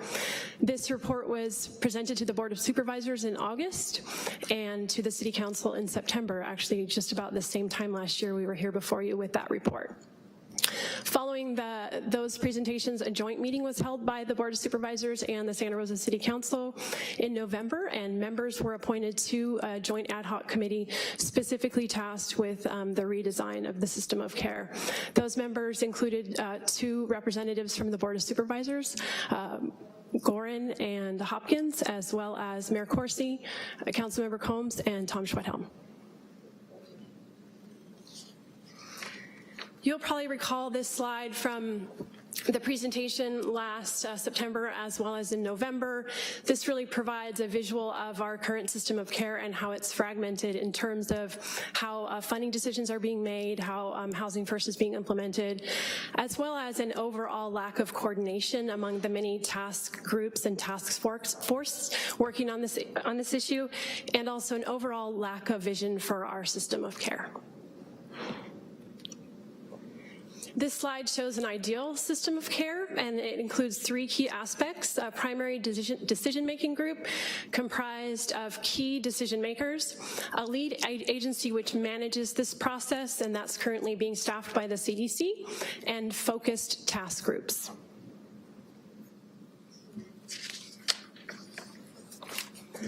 Redesign planning occurred approximately over a 10-month period. This process included staff from the CDC as well as the City of Santa Rosa, stakeholders, the existing Continuum of Care Board, and the ad hoc committee.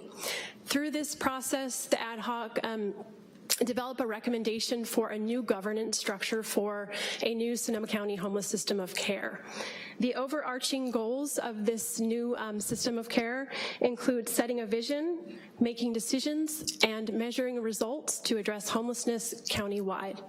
The vision is to achieve functional zero homelessness in Sonoma County through the utilization of a housing first strategy.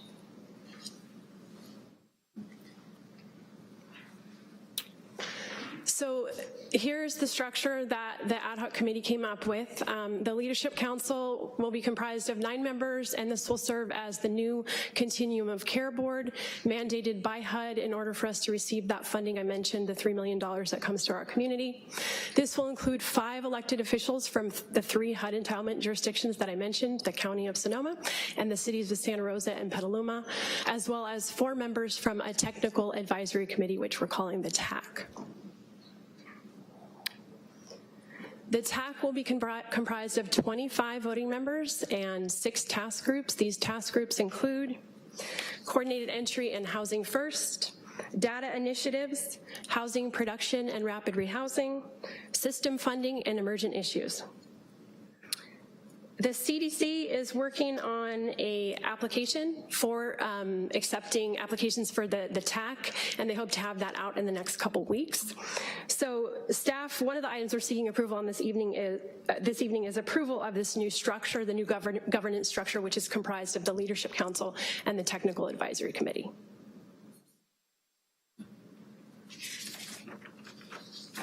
The goal is to have the new Leadership Council in place by November 2018 to align with some funding that's coming down through the state, which is being called the Homeless Emergency Aid Program, that will provide approximately $12.1 million to Sonoma County, specifically to the Continuum of Care, and we're anticipating awards will be announced in January of 2019. The HEAP funds are eligible uses include services, rental assistance, capital improvements, and there's a provision in the guidelines that 5% of these funds be set aside for youth, so that's approximately $600,000. So this is the second part of what we're seeking approval of tonight, is the mayor's appointment of Councilmember Schwett-Holmes and Councilmember Combs to this new Leadership Council. Petaluma earlier this month appointed Councilmember Gabe Kearney to the Leadership Council as their representative, and the Board of Supervisors will be appointing their representatives on October 9th. Before I move into the recommendation and concluding the presentation, I wanted to ask if Councilmember Schwett-Helm or Combs had anything that they would like to add in terms of the redesign process and moving forward with our new system of care. Thank you, Kelly, and I wanted to thank you for your involvement. I know that you've taken part both as a COC member and as a staff member for the city, and I really have appreciated your feedback and your input in the process as we've gone forward.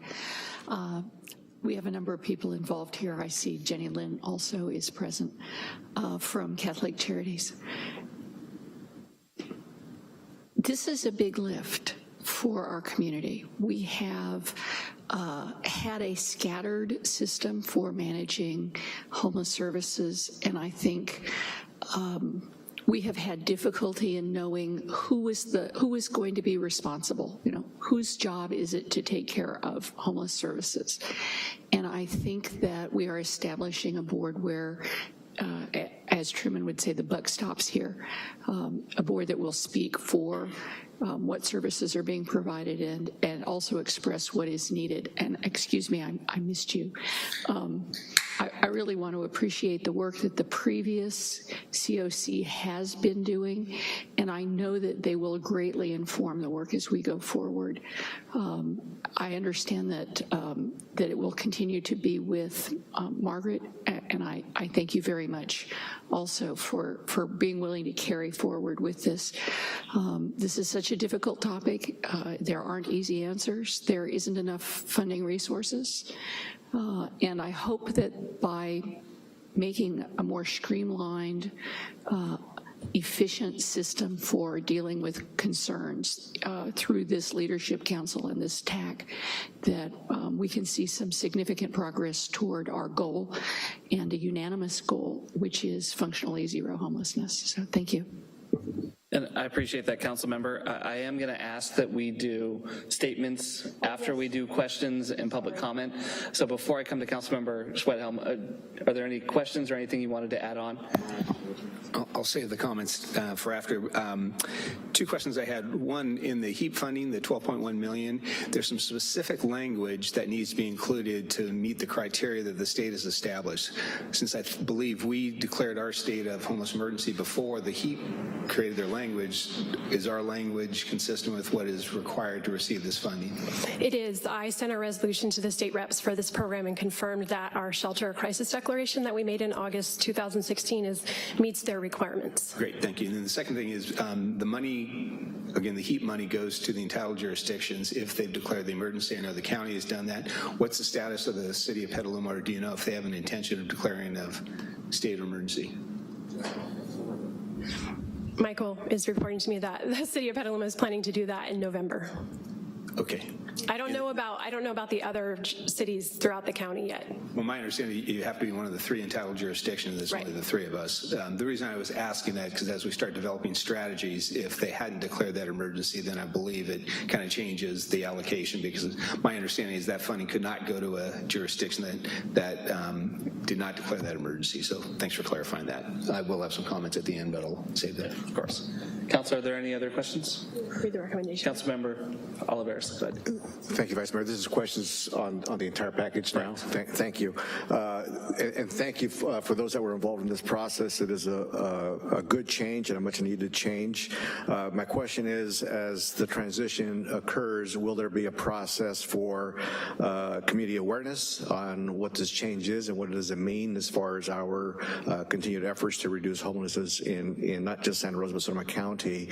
And also, will there be a way for continue to involve community engagement in the process? I mean, this homelessness does impact entire communities, and what I don't want is our community to say, well, we have this body here, they're going to fix it for us. We're all in this together, and I think it's important that we are clear on some accountability on how we're all going to be working at this, although we do have this formalized body. But I guess the specific question is related to the awareness. How do we educate the community about this major change? What does it mean to us as far as day-to-day life, and also how do we continue to keep our community engaged in this effort?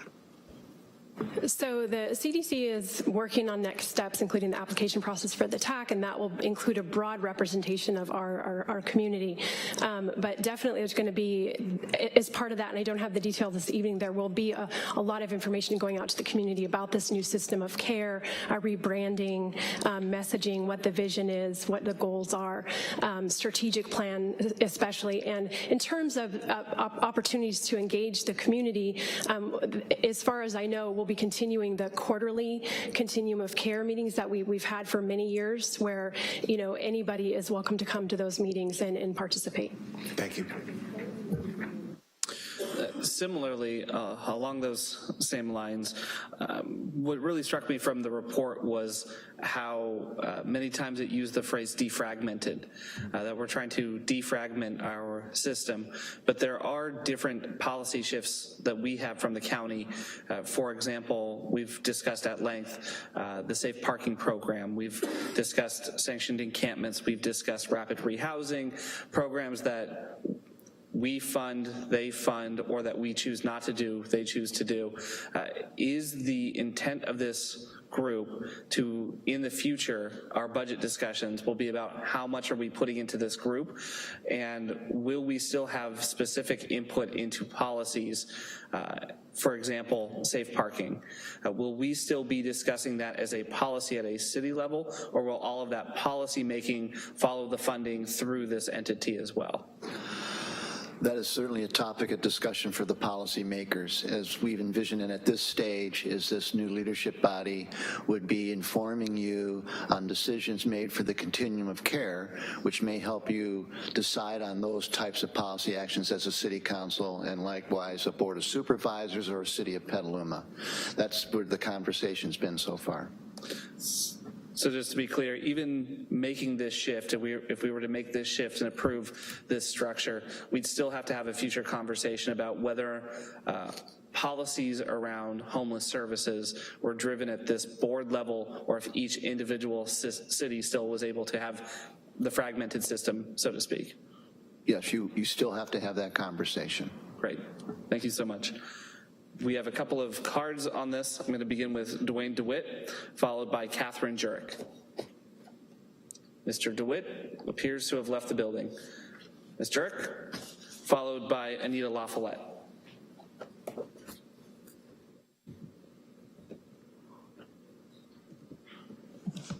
Hello, I want to echo Mr. Olivares's statement about community awareness and involving the community, engaging the community in the spending of this money. I want people in the HEAP planning. I want people with ideas that might be out of the box, might not be the ones that are coming right now from COC, not a quarterly meeting that might be accessible to people, and I don't even know when the next one is, but open meetings where you go around the community and you ask people to come in with their ideas about tiny homes, their ideas about cob houses, their ideas about safe parking, their ideas about huts, their ideas about anything they have for homeless, and take these into consideration. This needs many facets of attack to make it work. And remember, this is a state of emergency, so some of the laws and provisions and statutes and standards can be waived to take care of business, to get people in homes. And I'm also going to, I hope I can do this, we do have a Homes for All What Works conference coming up on October 12th. We're inviting people to come and talk about other ideas that work. Please come and see what can work, and maybe this can be used to stimulate ideas for other ways to deal with homelessness that involve community input. Thank you. Someone else can have the rest of my minutes. Thank you, Ms. Jurek. Anita LaFollette, followed by Thomas Els. Good evening. Yes, I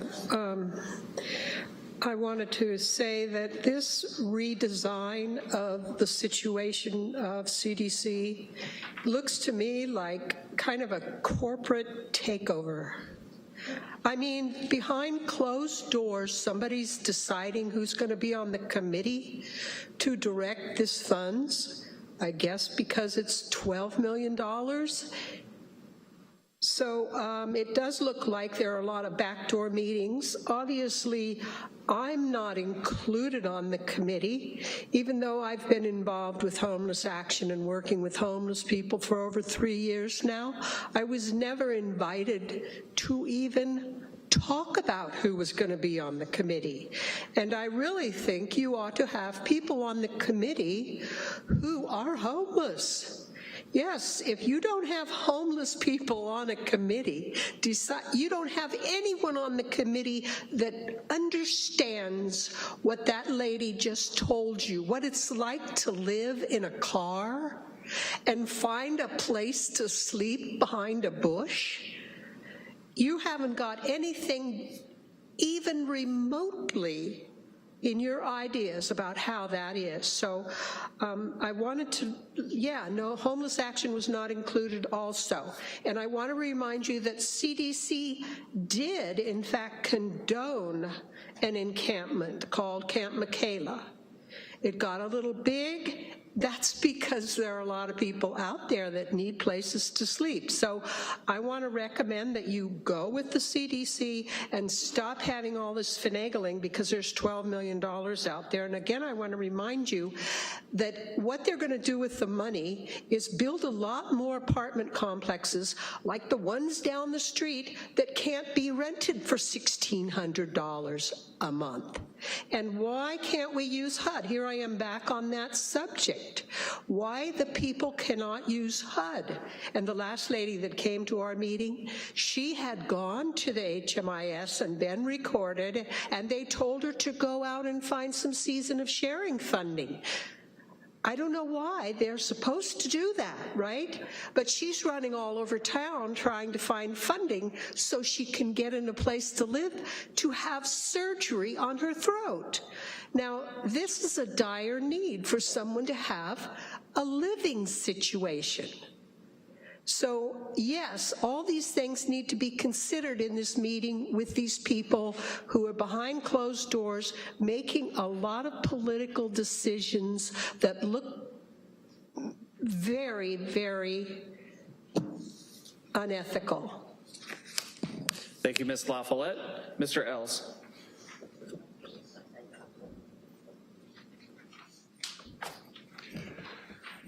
Hi, thank you. Good evening.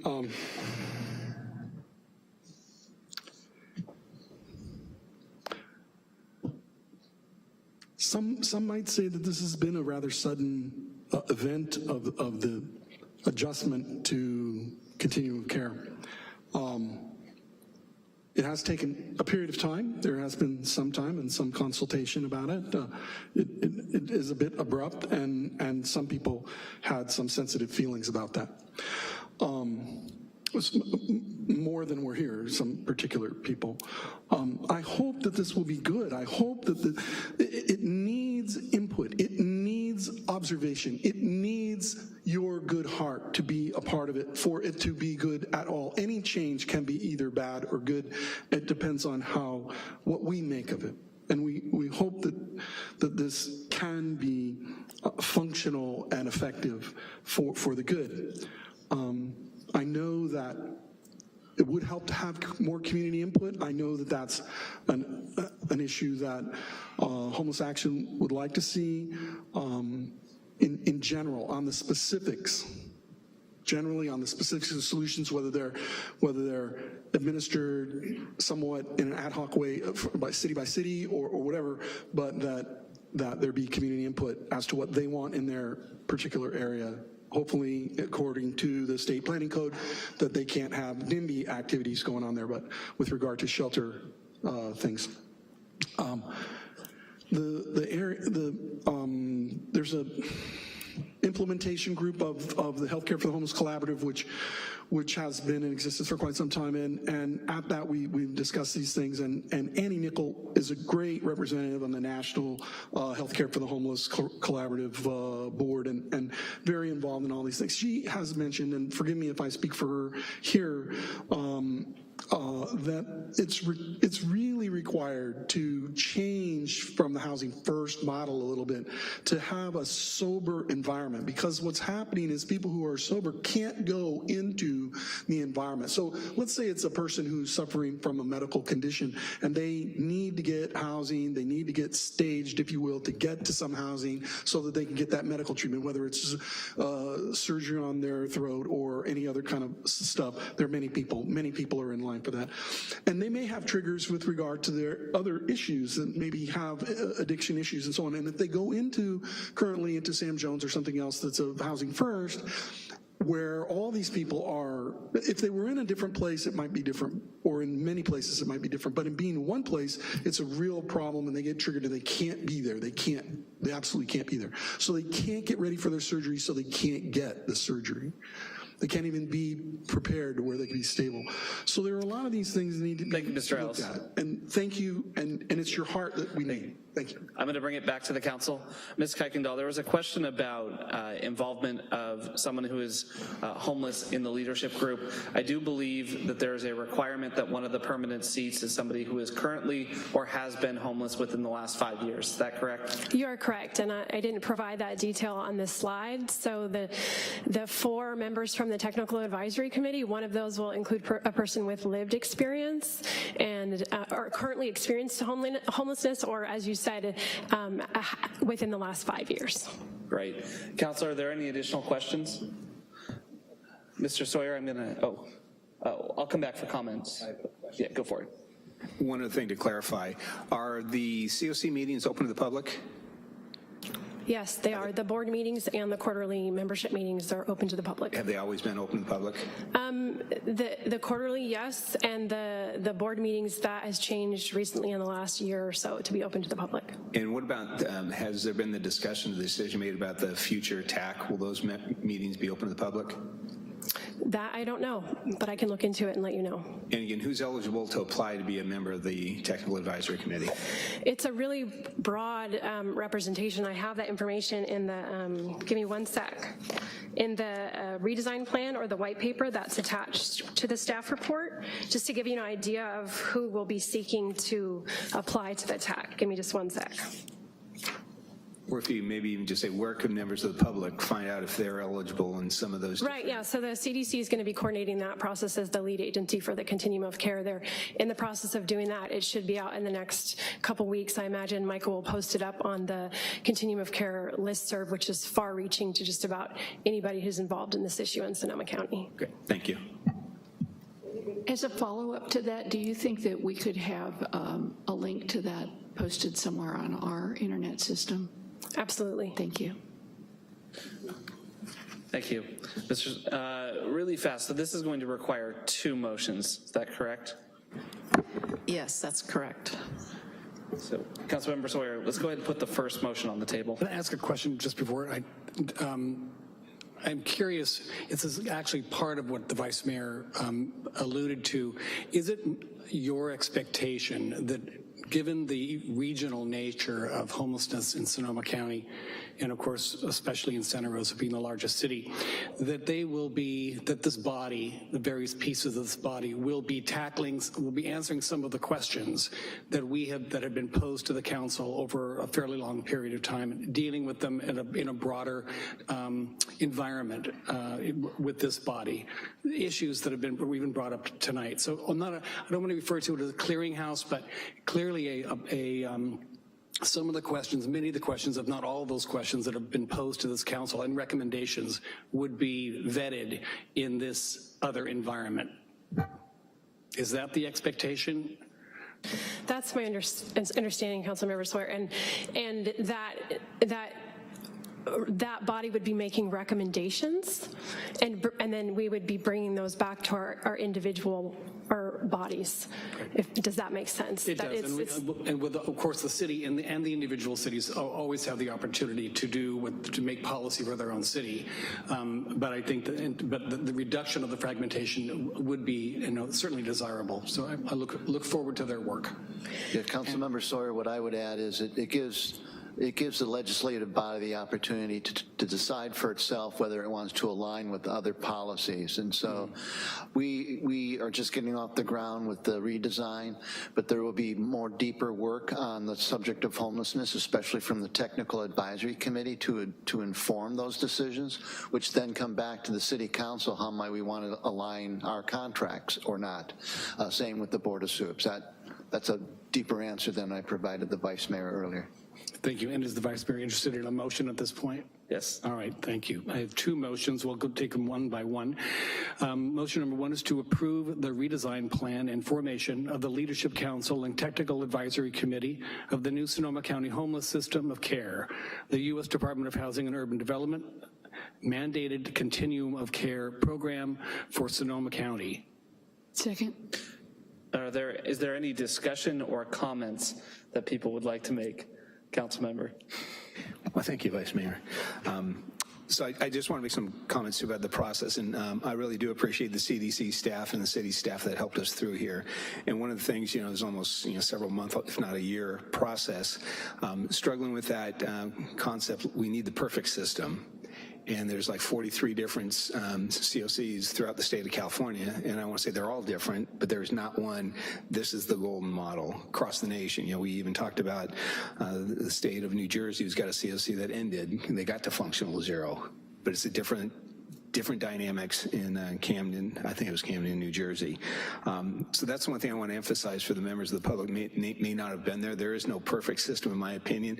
And for me, if the second motion passes, I'm definitely open up. If we could have done it better, we need to make some adjustments. Let's make some adjustments. This is not in concrete, and the body can change its membership.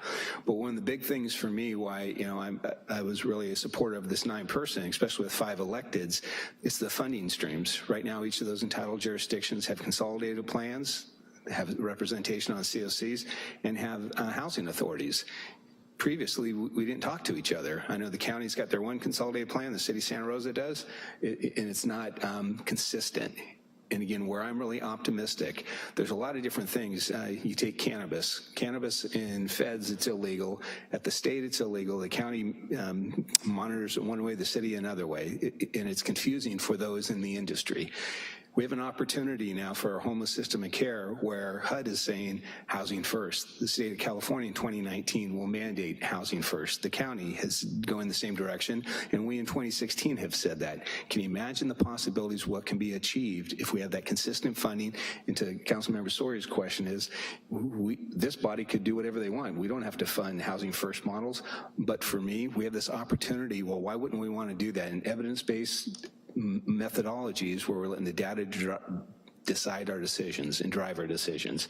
Because for me, one of the first things that we came very quickly to an agreement on, what goal do we want to have for this? And quite frankly, when we asked the question, well, does this current COC have a specific goal? It was like, even to say that functional zeros are a consistent goal, they say, I don't even know if we could be in agreement on that. Well, we came to that very soon, so we now know where we're headed.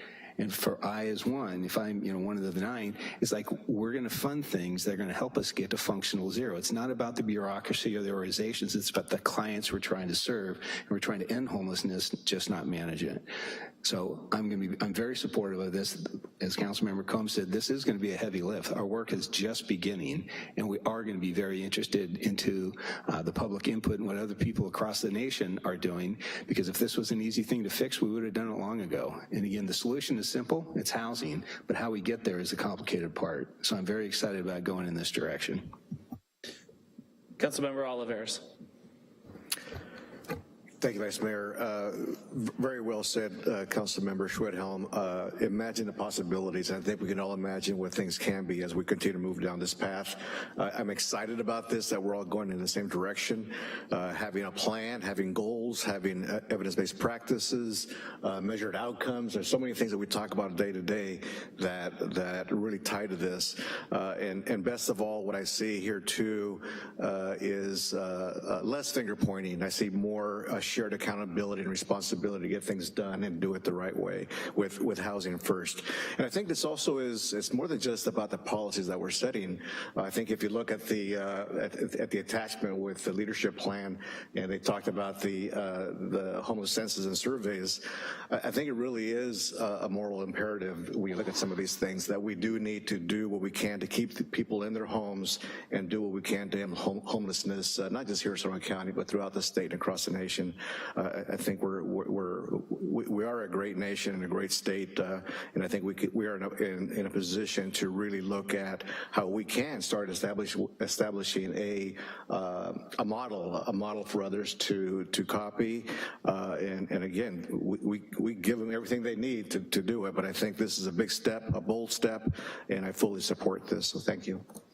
Councilmember Sawyer. Thank you, Vice Mayor. Well, I had someone ask me the other day, what are you going to do about the homelessness challenge in Santa Rosa? And the first word out of my mouth was, we need funding.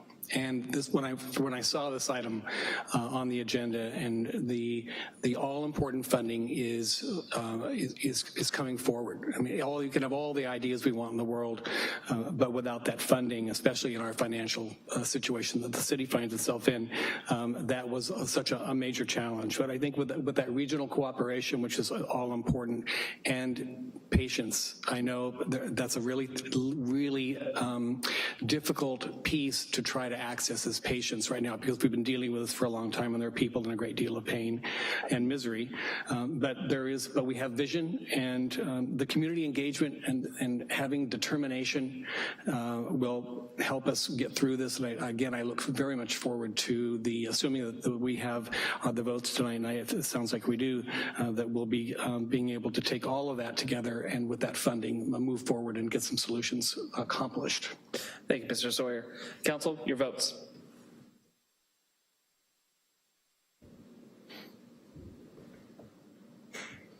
That will pass with 5 ayes. Councilmember Corsi absent, and Councilmember Tippett has stepped away. Councilmember Sawyer, your second motion, please. Thank you. And motion number 2 is to approve the mayor's appointment of 2 members of the council to the 9-member leadership council. Second. I believe, Madam City Attorney, do you need the names of the 2 individuals in the motion? Yes, I would identify the council members. It's a good idea. And those members being Councilmember Schwedhelm and Councilmember Combs. Second. I'm assuming we can vote. Yeah. And that will pass with 5 ayes as well. Thank you. Moving on to item 14.3. Mr. Ewan. 14.3 is a report item. It's contract extension with MV Transportation for ADA paratransit services at Oakmont Deviated Fixed Route Service. And presenting is Yuri Coulson, transit planner, and Rachel E., Deputy Director of Transit. And while they get set up, I want to acknowledge Rachel, Yuri, and Steve Rose and Director Nutt. They put on an event Sunday to recognize their bus drivers for their accident-free consecutive years, multi-year, and one bus driver had 35 years straight, which is incredible, driving on city streets every day. So it was a great event, so thank you guys for putting that on. Thanks.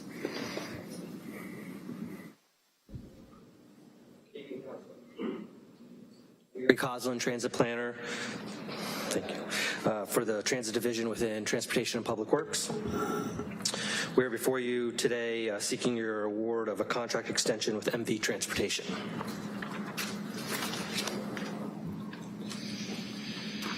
Santa Rosa City Bus contracts with MV for ADA paratransit services within the city of Santa Rosa, and also for deviated fixed route services in Oakmont. As you are aware, paratransit services are required by federal law to be provided within 3/4 of a mile of all fixed routes. The Oakmont service is a long-standing service in which the costs are heavily covered by the Oakmont Village Association, and the service is open to the general public and managed by the city. The contractor was originally awarded by council in 2015 through a competitive bid process to MV, as they offered the best value to the city at the time. The new agreement before you would allow the contractor to provide the services for 2 additional years. The agreement with the current contractor provides for 2 one-year options to extend. Throughout the life of the existing contract, the contractor has successfully operated the city bus paratransit services, meeting the productivity, efficiency, and on-time performance targets established for the service. The Transit Division has found the staff to be responsive in delivering quality service, and importantly, members of the public and the city's paratransit user group regularly commend MV staff for the quality of service that they provide.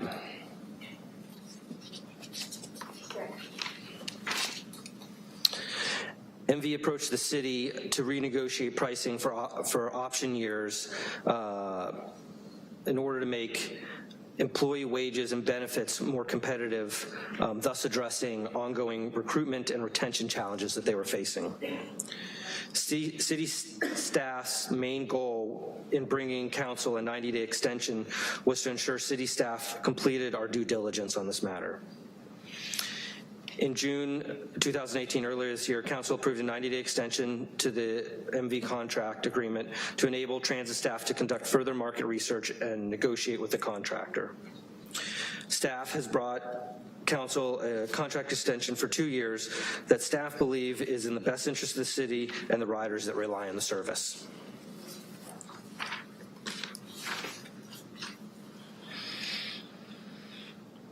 Transit staff have spent a considerable amount of time evaluating our paratransit service and negotiating the proposal presented by the contractor. Wages for MV drivers, dispatchers, and maintenance personnel are lower than those of several comparable paratransit providers in the Bay Area. Average wages within the MV's team have declined due to loss of experienced drivers over the last 3 years.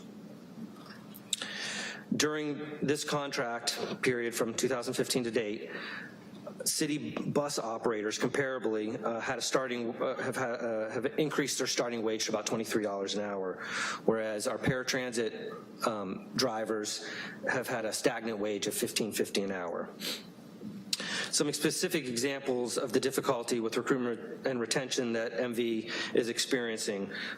For example, the city's fixed route has interviewed and hired some of our MV drivers as they've been well trained and skilled to provide services in our fixed route as well.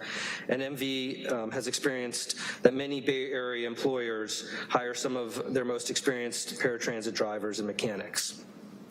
The contractor currently has 4 open positions that they're having trouble filling due to the wages and benefits provided. Difficulty recruiting and retaining drivers, mechanics, and dispatchers continues to be a challenge for the contractor. Over 3 years, the city has unspent funds of about $180,000. In 2015, when the contract started, paratransit demand was on the rise, which required more hours of service at a greater cost. Over the last 3 years of the contract, just the opposite has occurred. Paratransit demand has decreased. The contractor has consistently met our ambitious efficiency standards, and this has resulted in these cost savings.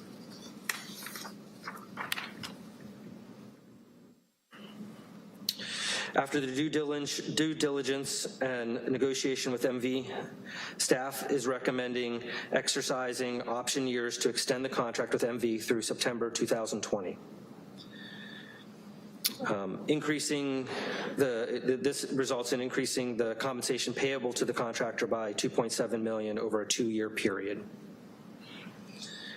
This is an increase in compensation of approximately $116,000 in year 4 and $145,000 in year 5, all of which is associated with wages, healthcare improvements for drivers, dispatchers, and maintenance personnel. There's no changes in management salaries or benefits, and there's no changes in increased costs over the original year 4 and 5 of the contract. No changes in fixed costs. No changes in fixed costs. Thank you. There are a few additional elements to this amendment that control costs for the city and provide some assurance for the contractor. Cost sharing for additional employee health care premiums if it exceeds over 50% participation, and 1-year suspension of liquidated damages related to driver availability, one that we've never exercised in the life of the contract thus far.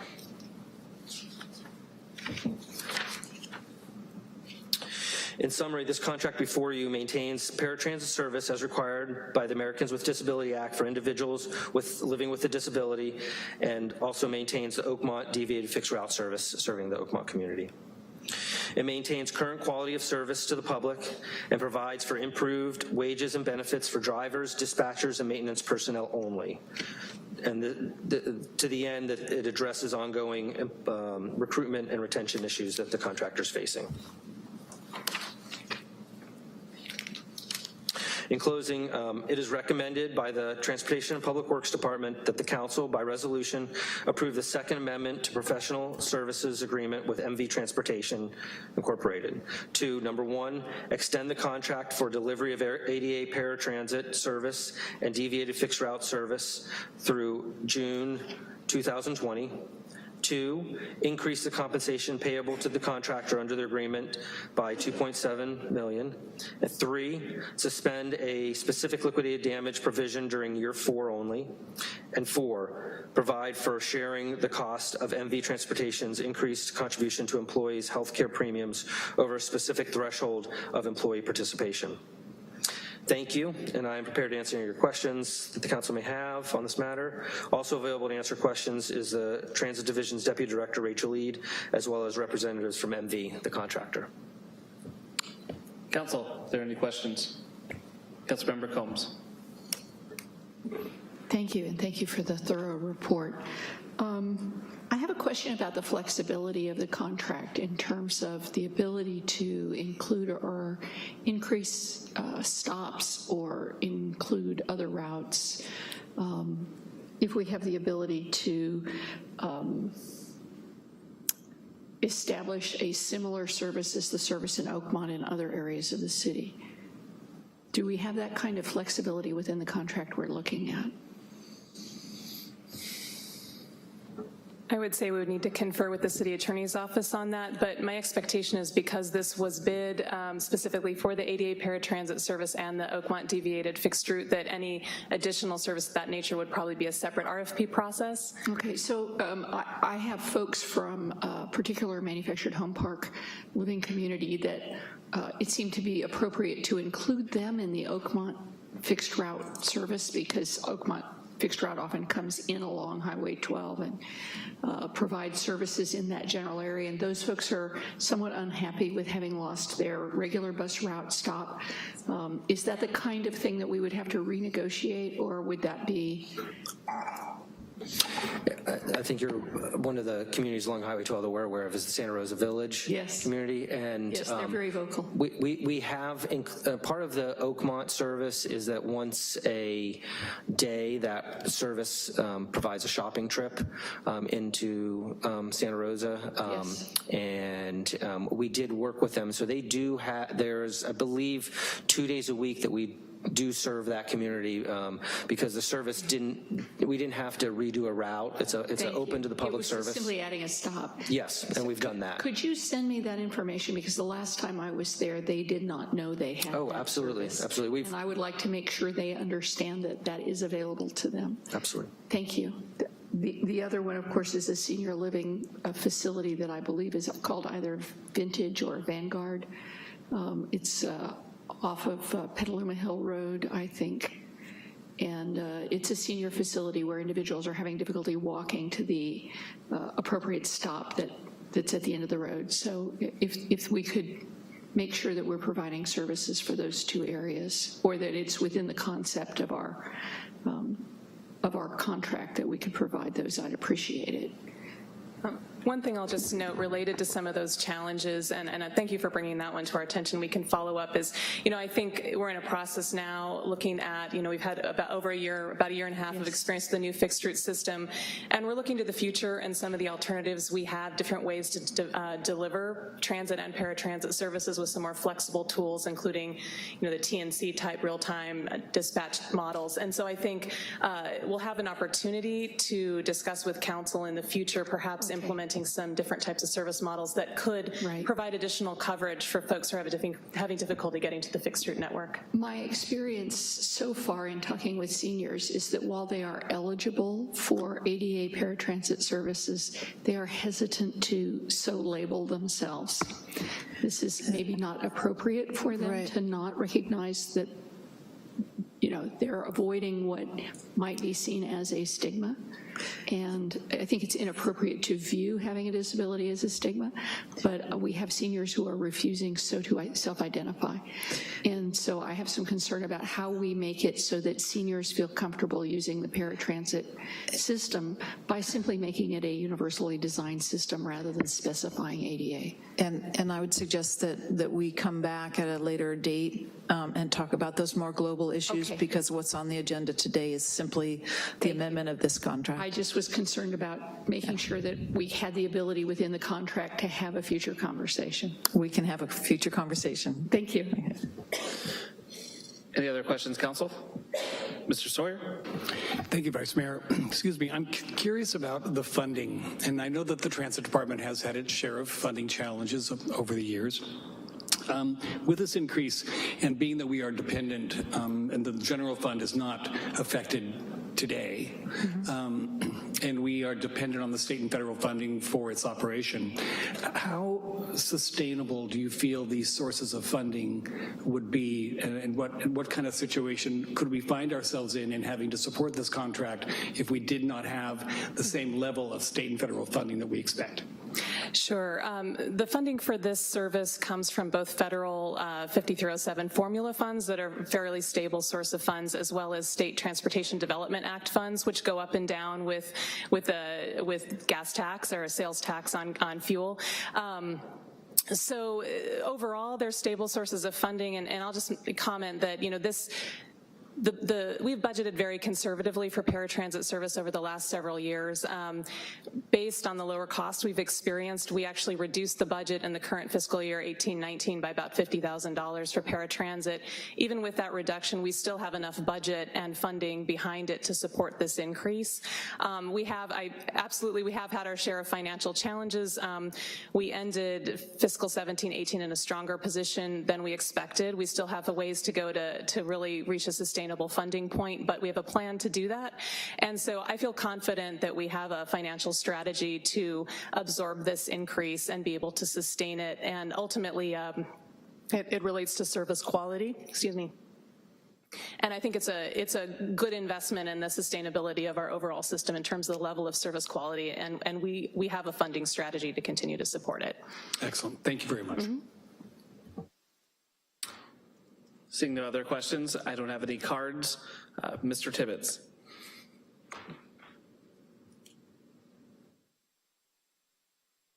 This is 14.2. 14.3. Resolution of the Council of the City of Santa Rosa establishing payment options. Are you sure, Vice Mayor Rogers? I've got 14.3 here saying payment options for water and wastewater demand fees for high-density residential. I don't think this is the appropriate resolution. So I think somebody put the wrong sticker here. Resolution of the Council of the City of Santa Rosa approving the Second Amendment to Professional Services Agreement F000983 with MV Transportation Incorporated to provide ADA paratransit services and a deviated fixed route service in the Oakmont community, and authorizing the Director of Transportation and Public Works to execute the amendment and waive further reading of the text. Second. Votes, Council? That will pass with 6 ayes. Moving on to item 14.4, and Council, I will mention we have a pretty lengthy agenda tonight. If you need a break, feel free to take one away from the dais, but I'm going to keep this train rolling. All right, thank you. 14.4 is a report, high-density multifamily residential incentive program. We're going to do that.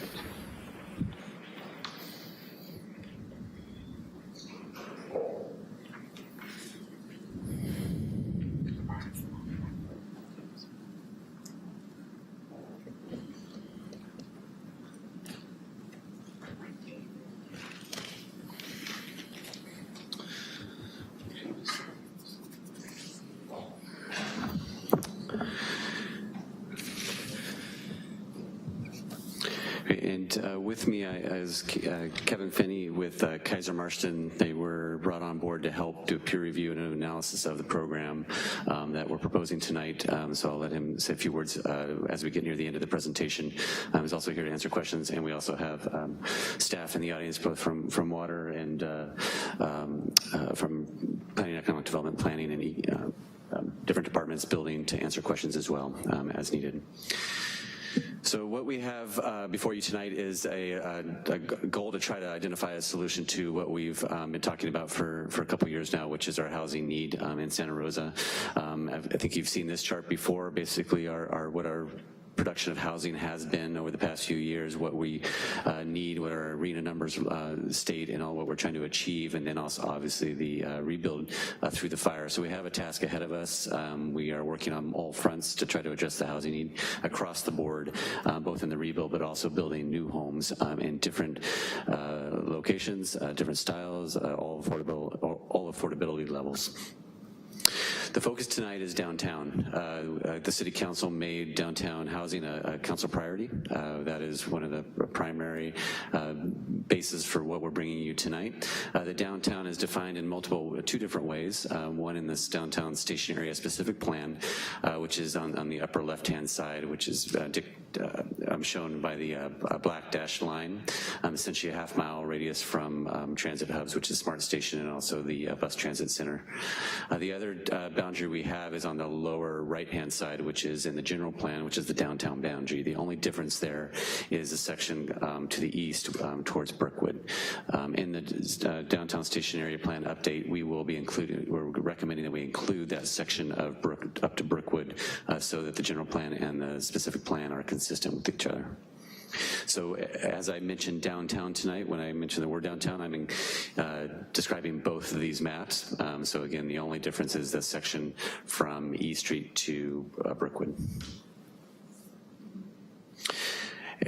And so why are we looking at downtown? We've talked a lot about this in terms of focusing on downtown. There's environmental reasons for building in downtown, adding density, adding near transit, creating a walkable city, quality of life. We also are looking at business and workforce attraction and retention. We've heard a lot from our industries in town, a lot of large industries and small industries about having a downtown housing option. Transit-oriented development obviously is key. The economic impact to our city by adding density and focusing our development in the downtown core, which affects sales tax and property tax revenue to the city, and also the reduction in infrastructure costs to support those units on an ongoing basis. The goal is to, again, look at a different type of housing that we don't have in the city currently, and also to address all levels of affordability, which we'll talk about as we move forward. So how do we get there? It's not going to be one single thing. We've found that putting one policy in place isn't going to solve the problem. You heard earlier on the work that CASA is doing. It's going to take a lot of different initiatives. It's going to take a lot of different approaches. So we've been systematically going through the process, starting with our housing action plan, getting the housing action plan in place, looking at policies, looking at processes, looking at fees, everything we can do to help further move the needle to try to generate the housing that we want, the type of housing we want, where we want it.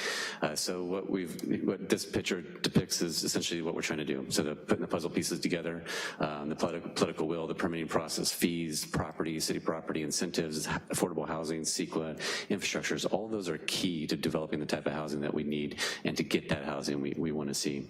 So I'm just going to step through real quickly background on what you've done to date, essentially the political will. There's definitely a political will from the City Council. That's being heard loud and clear across the state. I've heard that from multiple people as I speak at different events, that they know the city is looking and supportive of bringing high density residential to Santa Rosa. The fact that you made it a tier 1 priority. We've got an action plan in place, authorized us to negotiate development agreements using city property, and unanimously passed a resilient ordinance. All those are keys and indications to the broader world that we are interested in building housing. The permitting process, we did this in 2 different ways, looked at policies and then our programmatic approach. So the policy that the council adopted, the resilient ordinance back on May 22nd, that you heard an update earlier tonight about how that process is going. Essentially what that did is reduce the time from, it could be up to 10 months down to about a 3-month process. And also reduce the cost of going through that process. So still trying to get that quality product, but reducing the time and cost to get us there, and adding certainty and getting projects through. Programmatic, we talked about this during the budget process. How do we speed up the process? How do we find an expedited way to go? We've, staff, and many of them sitting behind me, have been working very hard on coming up with what an expedited permit process looks like. We've outlined what that is. We're coming up with a program, and hopefully, like our goal is to implement that on a project coming forward, a housing project coming forward in the near future. The intention is taking a process that typically takes 18 months and bringing that down to about 6 months.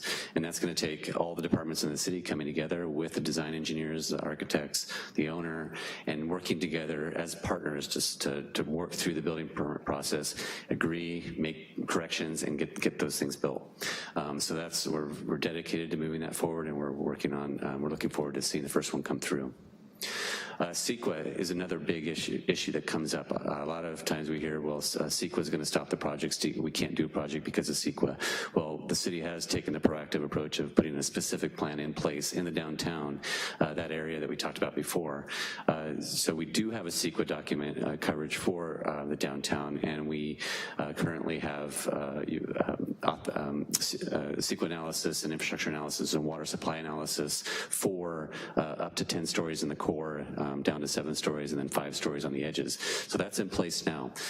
In addition to that, what we received, which you awarded a couple weeks ago, which is an $800,000 grant from MTC to update that plan. That plan was put in place in 2007, anticipated 3,400 units, and since that plan's been in place, we're halfway through the life of that plan, and we've seen 100 units built. So there's a fundamental problem with what's going on. Both the economy, obviously, is a part of that, but also everything we just mentioned, processes, policies, but we also need to look at what that plan says. How can we tweak it? How can we adjust it to try to unlock those units that we've already approved and already thought that the community came together and wants to see in our downtown. So we'll be looking at height, density, parking, how we analyze transportation in this plan. We just closed the RFP, and we received 9 proposals, and a consultant to do this work will be selected next Wednesday, and we will be moving forward very quickly to get that process going and get the community involved in updating that plan. Affordable housing, it comes down to funding, and so we've talked a little bit about this tonight. Downtown is designated as a federal opportunity zone, so we are actively, aggressively going after what that means. Those rules are still being written. They should be released by the Federal Reserve, I believe, who's putting that out the next week.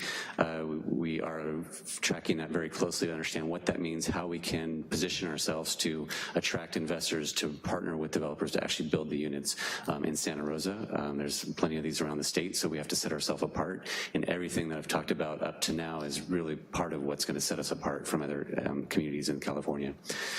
Renewal Enterprise District, we're working closely with the county to develop a joint a JPA to take a regional approach to housing, and so that's something that we're going to be bringing back later in the year for the council review. Tax increment finance, this is something, again, we've been looking at to determine how can we set up a district to generate capture some of the increment from the new growth as housing is developed and put that into infrastructure. So we're going to talk a little bit about reducing fees, and that's infrastructure upfront cost. Tax increment financing and these other tools are broader ways, more sustainable ways to generate longer term fees to help offset the infrastructure cost. And so by removing fees, adding tax, property tax and sales tax increase, we also need to find a way to start to look at what that long-term infrastructure cost is going to be, and this is one way of doing that. And then there's a housing bond that the council put on the ballot for November 2018 that's moving forward. The other thing that the city council did is property, so looking at city property, again, identifying properties that are available to build, so the city owns a lot of property, the parking lots, parking garages, there are opportunity sites out there that we're working with developers on. The city has given authorization to start looking at those, and we're negotiating one development agreement now. We're looking at putting an RFP out shortly for some other surface lots. And so again, that's a key piece, being partners in some of these developments to also require the type of housing we want, certain affordability levels and certain environmental requirements that we think is important to us as a community we can require on city property. And then I touched on this a little bit before, is the Urban 3 analysis that we did a while back. So we're continuing to look at that and evaluate the impact of where development happens, what that means from a standpoint of how it affects the economy of our community moving forward. So property tax, sales tax, the intensification of that revenue back to the city to do the services that we want to do, the services that don't have revenue to support them.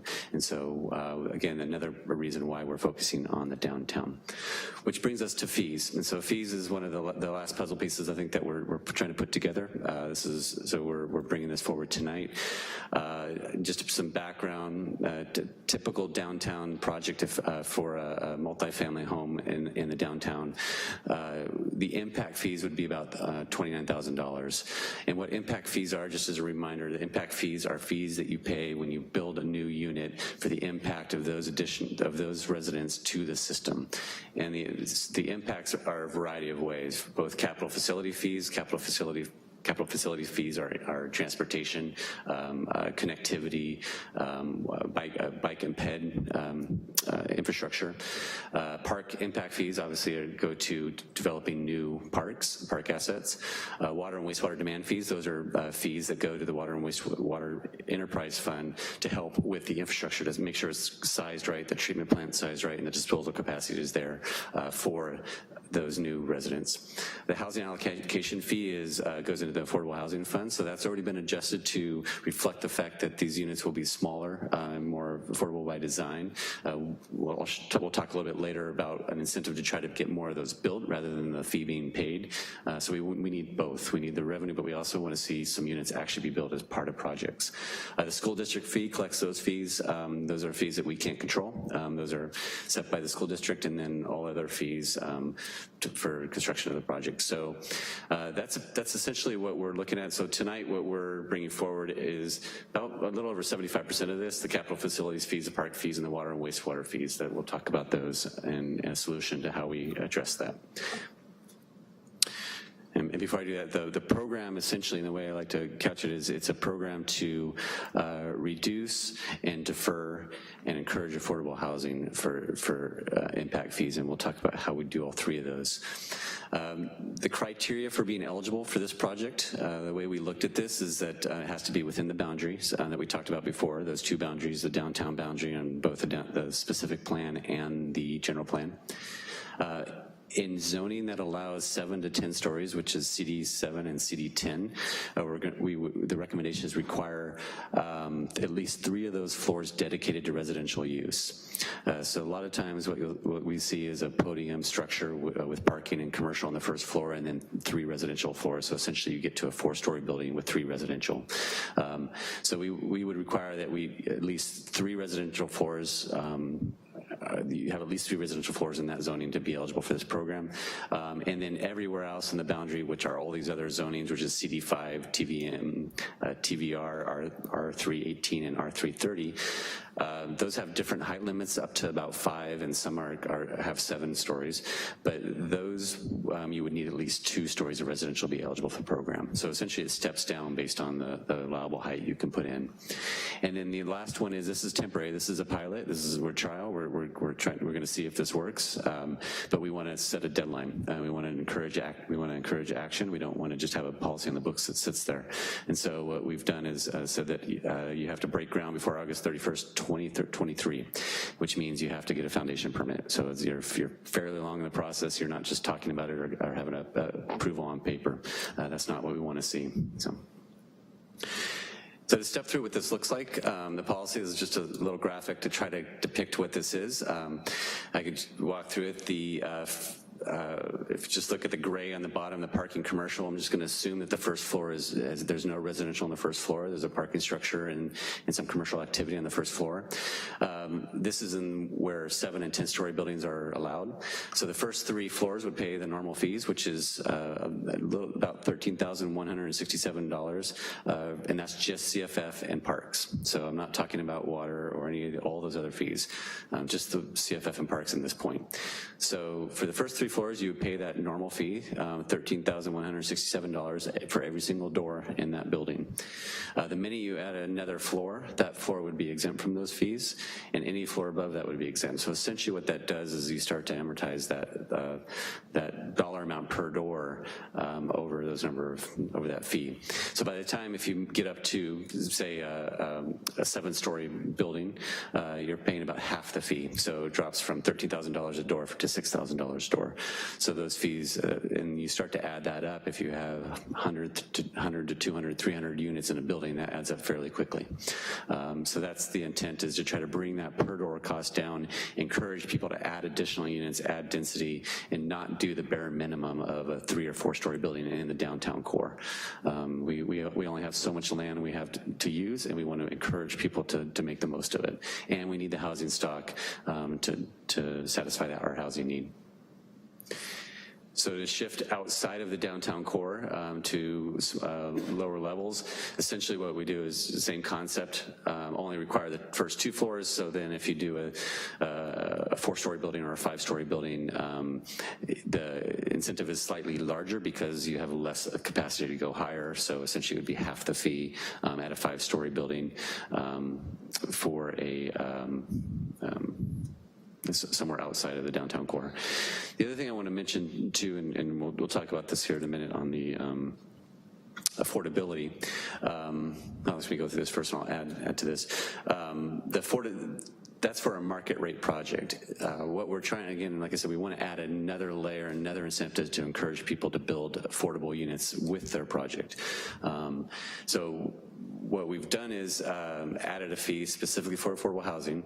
You have to build the units on site. They can't be on a different property. They can't be in another project, and they have to be consistent with our city's inclusionary policy, which lists what the affordability level is and the percentage of affordability. And the intent is to link to that policy so that if that policy does get updated over the next 5 years, it'll still, this program will still work.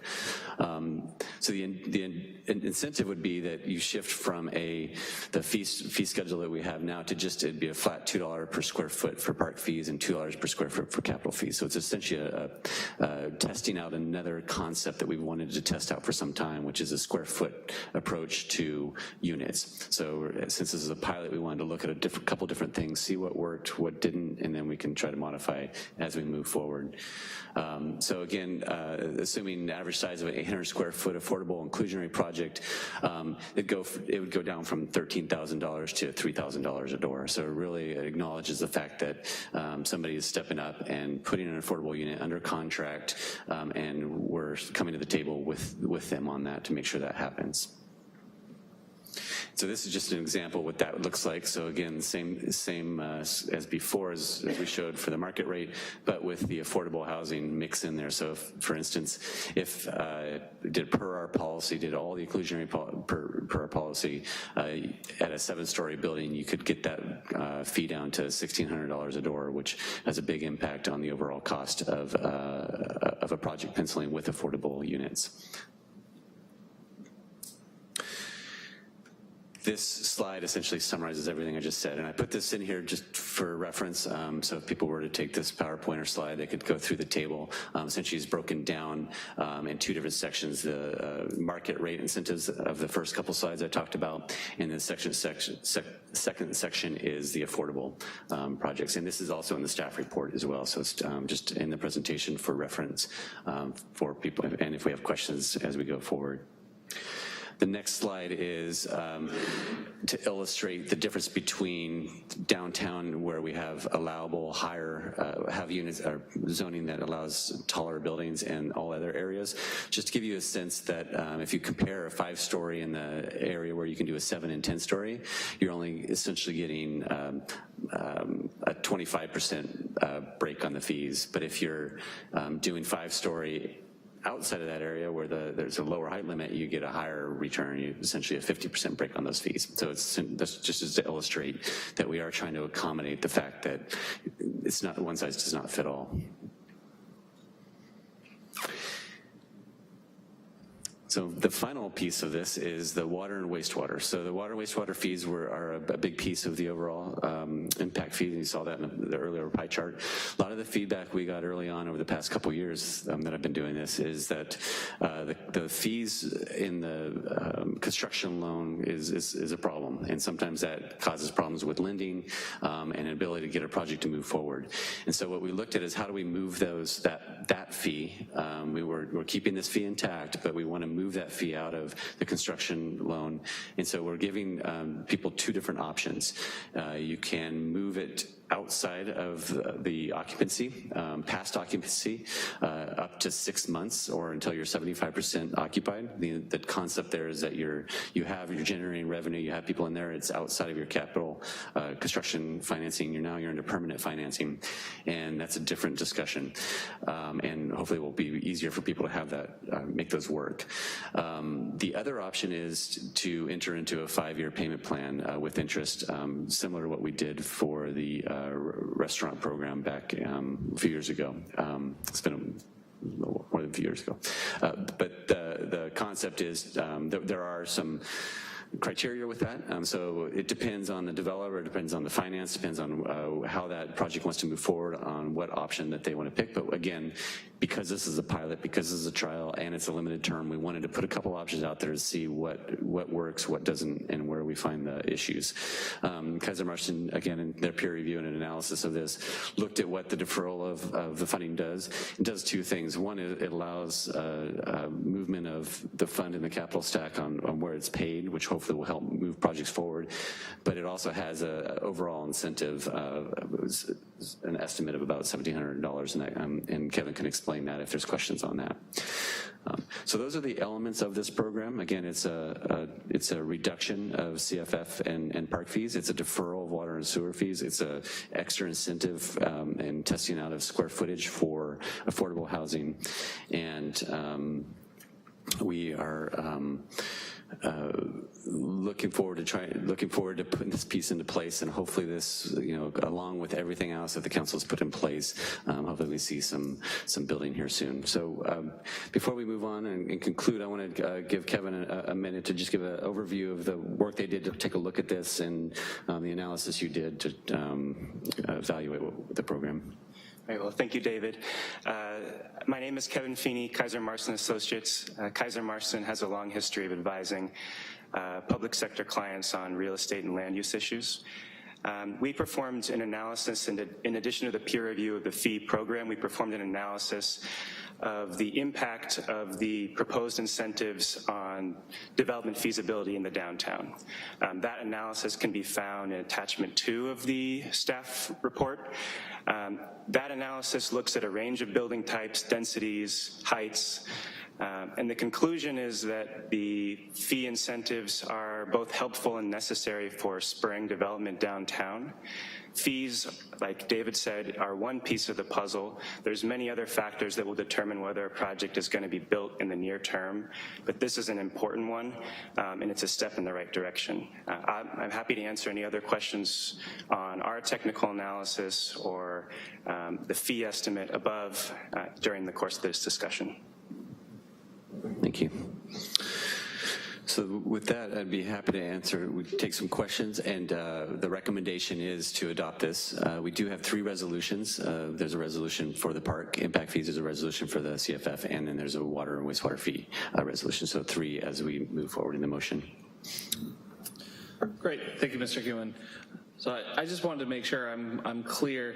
It looks like from my calculations, looking at the fees, that between the park impact fee, the capital facilities fee, and the water and wastewater impact fees, if a developer were to maximize what we're trying to do here tonight, it would move their per unit fees from a little bit over $22,000 per unit all the way down to a little bit under $3,000 per unit.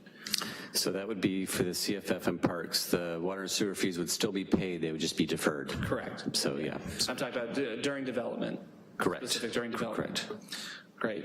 And obviously, one of the conversations that we've had as an entity when we were discussing in particular the housing bond was the need to also have infrastructure investment at the same time as housing development to make sure that our infrastructure can still maintain the amount of units that we're putting downtown. Can you talk a little bit about how we are going to shift the cost away from the development while still maintaining the ability to keep our infrastructure intact? Right, and that was a big point that we talked about up front is, first, what are these fees for? Why do we have the fees in the first place?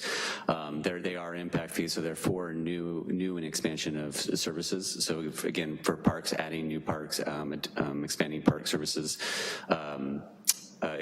Capital facilities fees is transit, transportation, bike ped.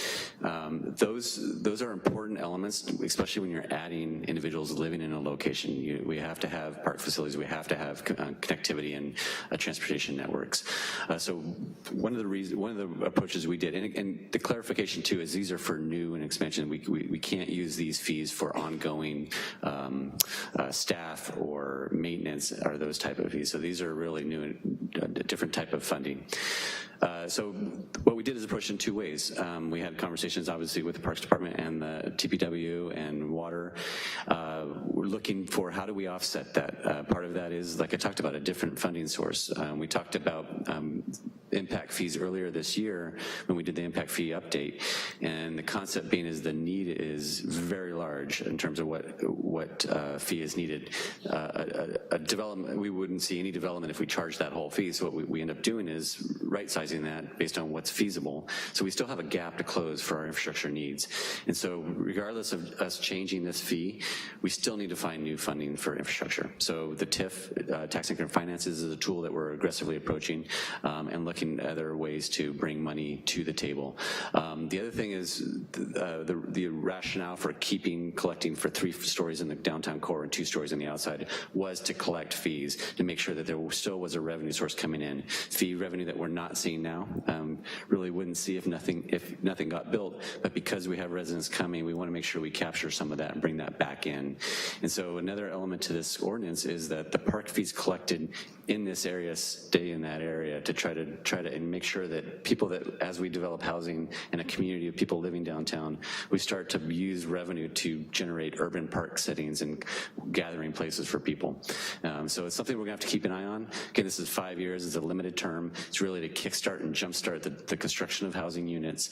We're gonna be tracking the costs, tracking the impacts, and at any time, the council can modify this. We could stop this program if we start to see a lot of development and let the market take care of itself, or we can extend it if it looks like it's working and we're able to find the revenue to keep up with this infrastructure. So I hope that answers the question, but we're gonna be looking at this and making sure we don't cut short our infrastructure needs as we move forward. Yeah, no, I really appreciate that answer. Thank you so much. This is clearly designed, I think this council has had a priority of incentivizing people to build up in our downtown.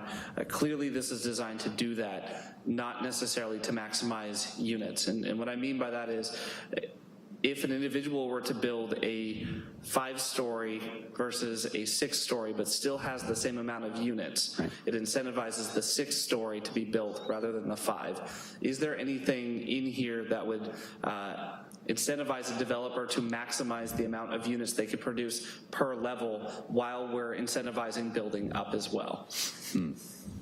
Great question.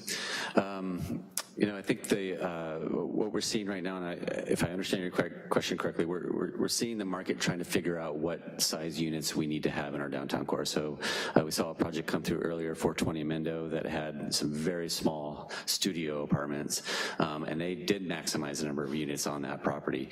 There is questions about that, is that how many of those do we need versus 2-bedroom for people that want to have a family living in the downtown, or a couple or with a child. So those are things that we're not sure how that's going to play out yet. So right now we focused on going up and adding additional units of any size. But we can look at that. I don't know if Kevin has any history with other cities in terms of maximizing the number of units per floor.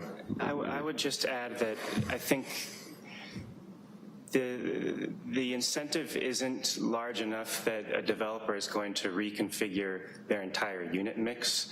The developer is going to determine what the market needs in terms of unit sizes and then size the development according to that. So I think that the incentive still accomplishes both those goals of more units and greater height, because the units are essentially fixed. I don't think there's going to be as much gaming the system in that way. At least we haven't seen that in other areas that have adopted incentives.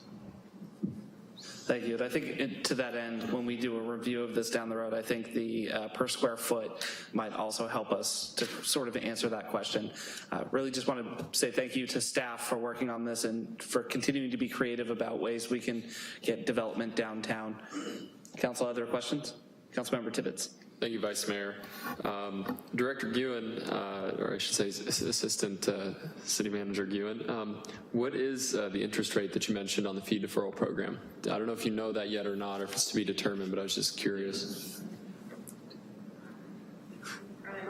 Oh, prime. Okay. Prime. Yeah, Thank you. The second question I had is, do we know what the in lieu fee for affordable housing is by door? Yes. So it's $1 per square foot up to 909, close, 909 square feet, and then it ratchets it up, and so then it has steps that go quite a bit higher after you get over 909 feet. Okay, so is I'm looking at your affordable housing incentives in hopes that this will actually generate more mixed income developments. I know that is really difficult to attain. Yeah. So just hearing how you levy the in lieu fee, will this be less than the in lieu fee and hopefully encouraging more mixed income developments, or it sounds like it's still higher? People that are putting affordable units in, this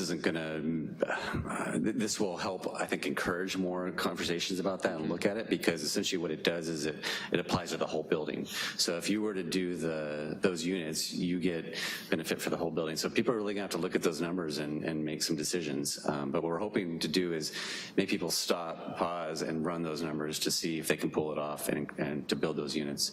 But I think it's not a one-for-one, so the incentive you get, it really depends on how tall you go for your building. So every project's going to be unique from that standpoint. Okay.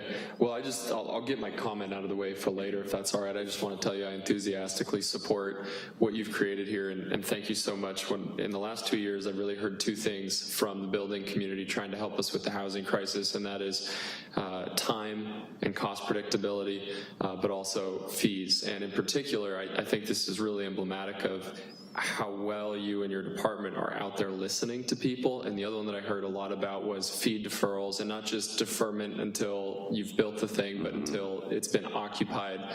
The residents have taken out mortgages and actually put that money in the builder's account. So really thank you for doing that and being so attentive to the community's needs. Thank you. Councilmember Sweathelm. Thank you, Vice Mayor. When would these, making the assumption this passes, when would these fee reductions start? And if you put it in the context, excuse me, many of us up here in the chamber know of some projects that are in the pipeline, specifically the smart property, and we've got the exclusive negotiating agreement. When would the fees start, and what impact would it have on those two projects, or even the 420 Mendocino that we've heard a couple of times that's somewhere in this pipeline, but what impact would this have on those projects? Yeah, so their resolutions, so they would go into effect tomorrow, right? Is that right? I mean, immediately, tonight. We have been reaching out to all active developments, essentially kicking the tires on the policy. What does it do? Run them through this to see how does it change. I think everyone is just waiting to see if there's something the council wants to support, but it does have an impact on those projects, the SMART site, the Press Democrat site, the 420 Mendo. I mean, all projects that are looking downtown right now are taking a look at this and eyeing it. So it would affect them, and there's still time to have those conversations. And are there other projects, because it seems like we've dealt with this in the past, that let's say 4 months ago they broke ground. Is there any going back to support some of those projects, or it's only from tonight on forward? Yeah, this is from tonight on. This is the way the ordinances, the resolutions are written. But I don't know of any housing in the downtown that's broken ground that would come in here. I think that's the problem. We haven't seen any. So I don't anticipate that happening. But it's a good point. It's something that we'll keep an eye on. And then you mentioned a couple of times this is the intent of this. And so, I'm kind of into how we're going to measure our success. And I know ultimately 5 years from now, it'll be the 7 persons who are up here. But has staff talked about that? Okay, by doing this, we're hoping we're going to get 3,400 units. Yeah, I think that's the goal. If we can start to get towards what our specific plan is, and our specific plan update is going through over the next 8 to 9 months, we'll be looking at that number. Is the 34 the right number, or is it something we need to adjust? And so as that comes out, whatever comes out of that update of the specific plan, that's going to be our goal. We're going to target that number and try to realize what the community and the council wants to see in the downtown. So we'll track that, similar to what we're doing with ADUs. Sent a chart around a little while ago, so the policies that the council put into place. We saw immediate effect of the number of ADUs built in Santa Rosa. So we're going to keep tracking that, and as there's a policy later tonight to talk about ADUs, we'll track when that policy went into place and what the reaction was and what that does to the housing stock. So we're going to continue to track those numbers, and we can report out on that. Thank you. Councilmember Combs. Thank you very much for this. What an exciting time. Yes. I really look forward to seeing some multi-story buildings with the 3,400 more units coming. So thank you for bringing this forward to us. Can you tell me a little bit about the outreach that you did as you move this forward? I understand that you're talking a lot with folks who are interested in developing, but have you been talking also with the historic neighborhoods that surround our downtown? Just can you let me know what kind of outreach has gone on with this? Yeah, so it's pretty much every talk I give, I talk about these type of elements, essentially the puzzle pieces and what we're working on. Talk to a lot of public groups, but I don't even know the number of meetings I talk at, but one of the things that I'm very clear about these fees are for just the plan that's already in place, the current specific plan that's been adopted with the protection for the neighborhoods in terms of the stair step to 5 to 7 to 10. This does not change that at all. This just helps realize what we put in place in the plan that's adopted by the public. As we move forward in the specific plan update, that's going to be a very key discussion. The edges is probably the #1 issue we have to address as we update the specific plan. How do we interact with the historic neighborhoods, both from a parking standpoint, from a height, from a visual? That's a primary purpose for us to move that forward, is to have that conversation. But these fees will just follow along and support anything any plan that's in place. So, okay. Good. Yeah. I have another one, and I'm trying to find it.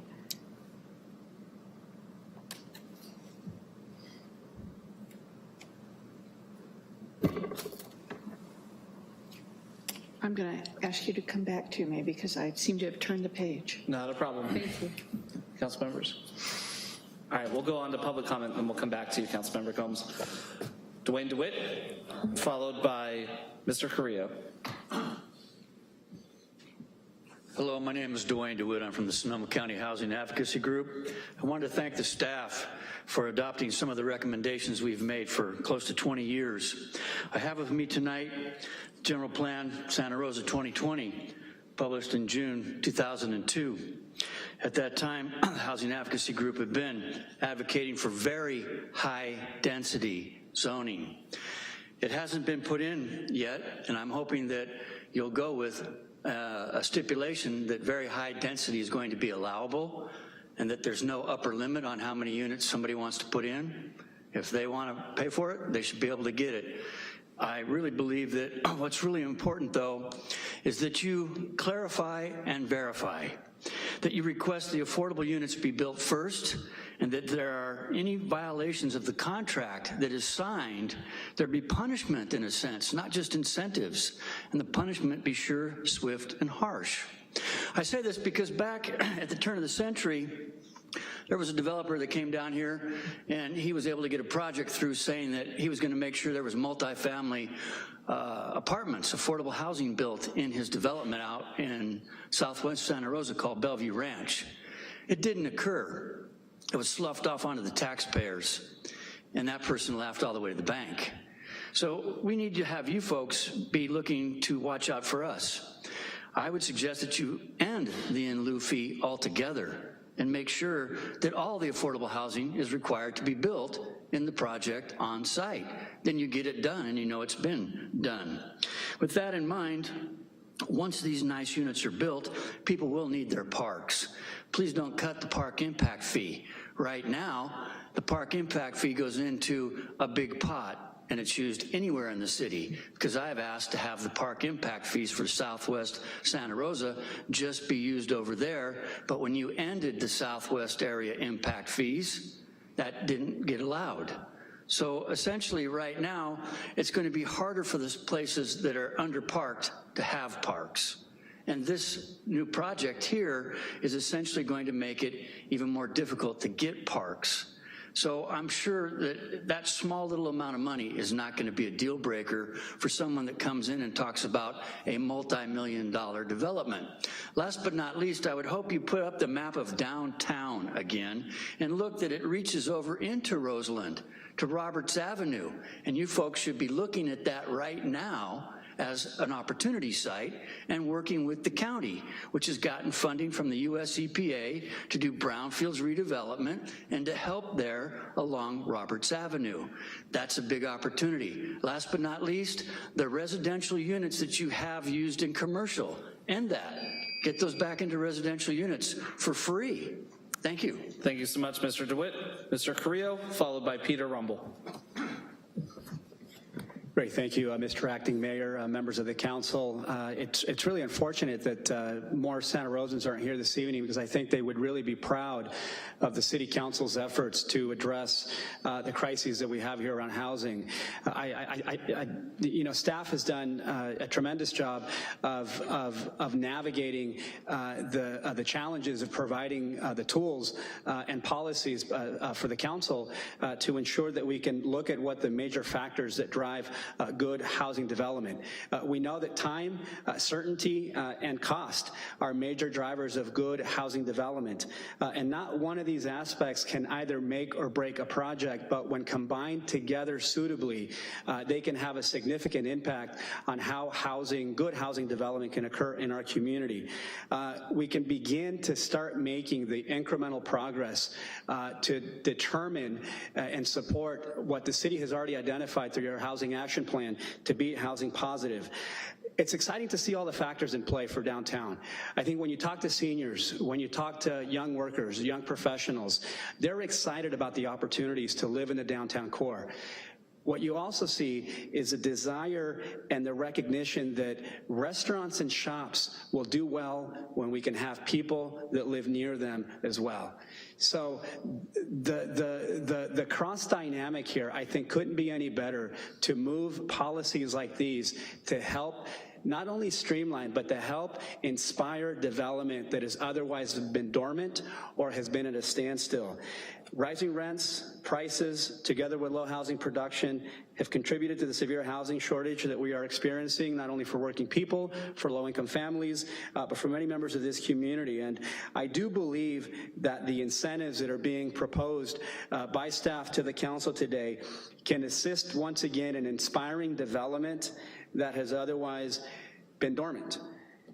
Get off the ground in this existing markets, and we know that jobs will be generated as well in providing healthy contributors and providing community benefits. So would encourage the council to continue to be bold in your perspectives as to provide an avenue to where good housing development can occur in the downtown core. Thank you. Thank you, sir. Mr. Rumble, followed by Thomas Ells. Good evening, Council. Peter Rumble from the Santa Rosa Metro Chamber. I couldn't have said it better than Mr. Carrillo, so I'll try to keep it short. I do want to start first by thanking David and his team, his entire team. I don't think that we could have asked for a better partner in realizing your council's priorities and encouraging development and economic development downtown. So I want to make sure that they hear the kudos staff rarely do. So thank you. As your staff pointed out, there's no single solution. This is a big puzzle piece. And having said that, though, there's no puzzle piece that fits together without this kind of financial reform. And for the financial reform that I see see as the development impact fee work, other financial incentives for affordable housing, as well as a yes vote on the housing bond Measure N. And coupled together, again, this puzzle works together to get what we need. We know from the development community that $1 either way can make a project pencil out, and we know that they simply don't right now downtown. And so again, moving forward with something like this makes all the sense in the world, and I truly commit every resource that we have as a chamber to help bring the business community to encourage and be a partner with your council and with the city. And far from a giveaway, to Mr. Carrillo's point, this kind of financial incentive for development, particularly in the downtown area, provides more affordable housing for our families to have dollars in their pocket to spend in our shops, in our stores, in our restaurants, has a greater impact, positive impact through our tax revenue, and just a greater economic activity downtown, a more vibrant downtown, a downtown where people want to come and want to visit, drive tourism, as well as our local economy. So I very much encourage you to move forward as is, and don't meddle with a very good recommendation. Thank you. Thank you, sir. Mr. Ells.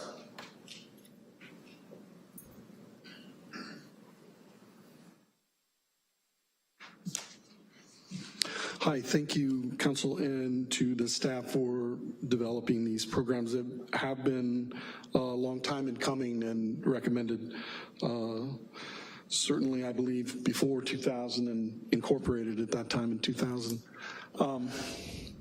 If we look back, we can remember Kathleen Kane said that 80% of Sonoma Countyans pay more than 50% for their housing and transportation. So this hopefully will reduce that a little bit in this area.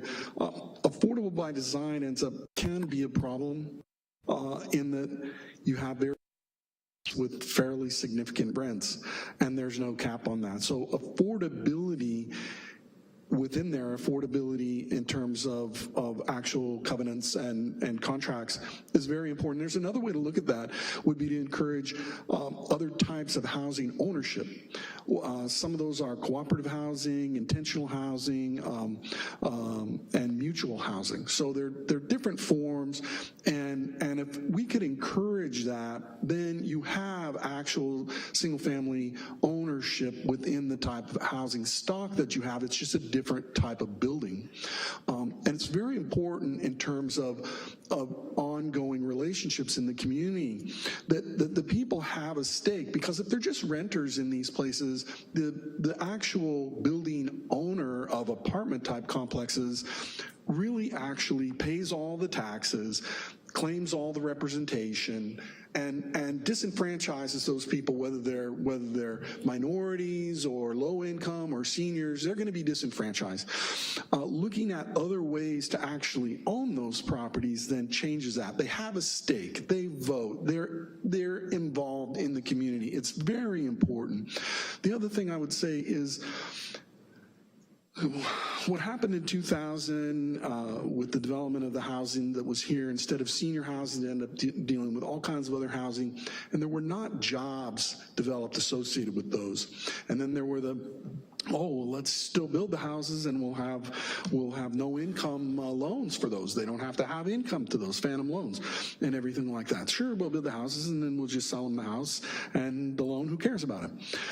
We need to have jobs. There needs to be work. So it's not just about restaurant jobs and other kinds of, we need to really consider, along with downtown housing, what are the kind of jobs that we can encourage here, where those people that live there can have really, decent jobs to be able to live here.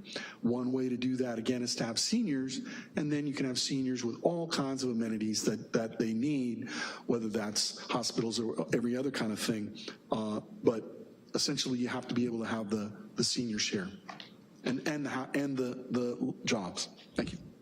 Thank you, sir. I'm going to bring it back to the council, and I believe Councilmember Combs might have found her other question. Thank you, Chris. Yeah, actually, the question was, I have two. The question was related to, we're looking at possibly stimulating 3,400 units. I understand that there's a scale or a table for determining how many of those units would be affordable. I know we need about 40% of our housing units to be affordable. What are we looking at here? Are we looking at maybe upwards of 15% affordability from this number? I think that would be ideal, having at least 15%. I think what we're looking at right now is kickstarting a housing development, one or two, to get something going, prove it out. And you don't have any housing if you don't have some housing built. Yeah, it's an interesting. You don't get any percent. Yeah, it's an interesting situation where without any housing, the lenders and everyone's a little skeptical of going forward. So right now, what we're trying to do is get something going, and then as we start to get something going, we'll see more creative uses. The good thing is we do have city property downtown, and as we look at developing city property, the city council has control over the levels of affordability on those properties. And so that's a conversation that we're going to have that will help us bring affordable into the downtown one way or the other. As we look at private development, we'll be working with them through these different programs and other funding sources to try to encourage them to build on site. Yeah. I would like to just comment in support of the Vice Mayor's comments regarding concern about square foot versus per unit, just because we want to make sure that we aren't discouraging someone who wants to build a lot of small units, because we do have students, we do have seniors who may not need the larger units. I don't want to discourage large units either, because we have families who will want to be moving in. But looking at it, the square foot model, I will be very interested in following that as it goes forward. And I have one slightly off the wall question here, maybe more literally about the wall. As we densify downtown, will we need to switch what method of construction is being used in our downtown area? And would we be working with the fire department with regard to making sure that we have, for example, not wood frame construction downtown because of the density of the downtown area? So we'll be working with our chief building official who's here tonight, Jesse Oswald, and the fire department looking at this. We do have a internal staff task team of all the departments when we're for downtown housing. So these are the conversations that we have in terms of infrastructure. I'm talking about how do we connect to 101, how do we deal with fire issues, height, all those elements that you're bringing up. Those are things that we're going to be talking about on a regular basis as our downtown housing task force, and that's one I'll put on the list to make sure we address.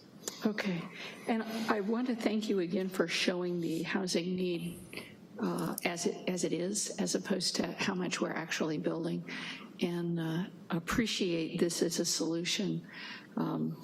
It's one of the 3 Ps. We have to have production of housing, and if we don't stimulate production of housing, it's almost impossible to do housing first. Right. It's almost impossible to do tenant protections and to preserve existing affordability. And I really thank you for bringing this piece of the puzzle forward. So thanks very much. Thank you. Councilmember Tibbetts. Thank you, Vice Mayor. Director Ewan, quick question. On page 20 of the presentation, it says that it's in the downtown, a minimum of 4 stories with 3 floors dedicated to housing for the fee deferral program.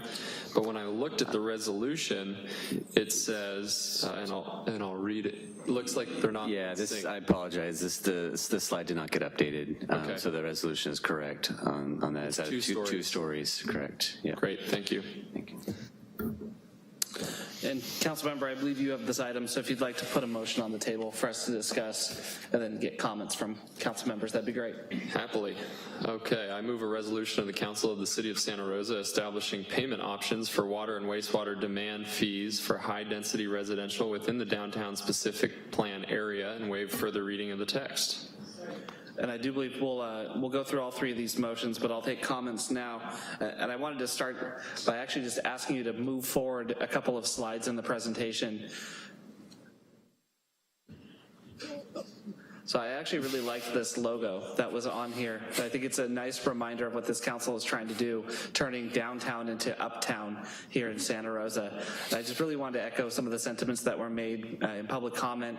This has been a really creative approach across the board for the last 2 years from staff who continue to go out and meet with jurisdictions to see what are they doing that's working, and meeting with developers and figuring out what's not working and bringing us back tangible, viable solutions that we get to implement from up here. So I just really wanted to say just a heartfelt thank you to everybody for the work that you've done on this and continue to do on this.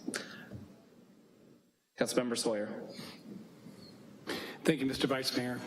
Well, although I didn't know that I would be sitting in this seat when I think back 30 years ago, I feel very privileged to be sitting here being able to support what I know this virtually the entire organization has come together to provide, to bring this forward to the council. I am ecstatic that this is before us tonight. I've been waiting for decades to be able to support this kind of proposal. It will be a game changer. I am a little surprised that the community that there aren't more community members here, but I will fully expect them to be at the groundbreaking of the first major project that comes before the city. So I thank the council for its support over these months for the work that's being done in the planning department. And again, I feel very privileged to be here tonight because I believe that this will begin the change in the downtown that is so necessary on so many levels. It's very exciting, and I would like a t-shirt that has that emblem on it. Right, could just kind of handle that. But I think I like the color palette on slide 4. So just saying, thank you.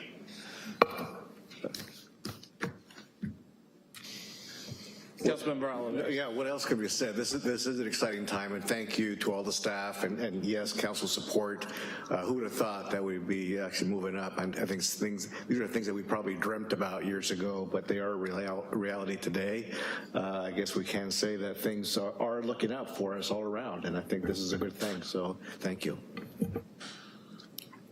Councilmember Sweathelm. Thank you, Mr. Vice Mayor.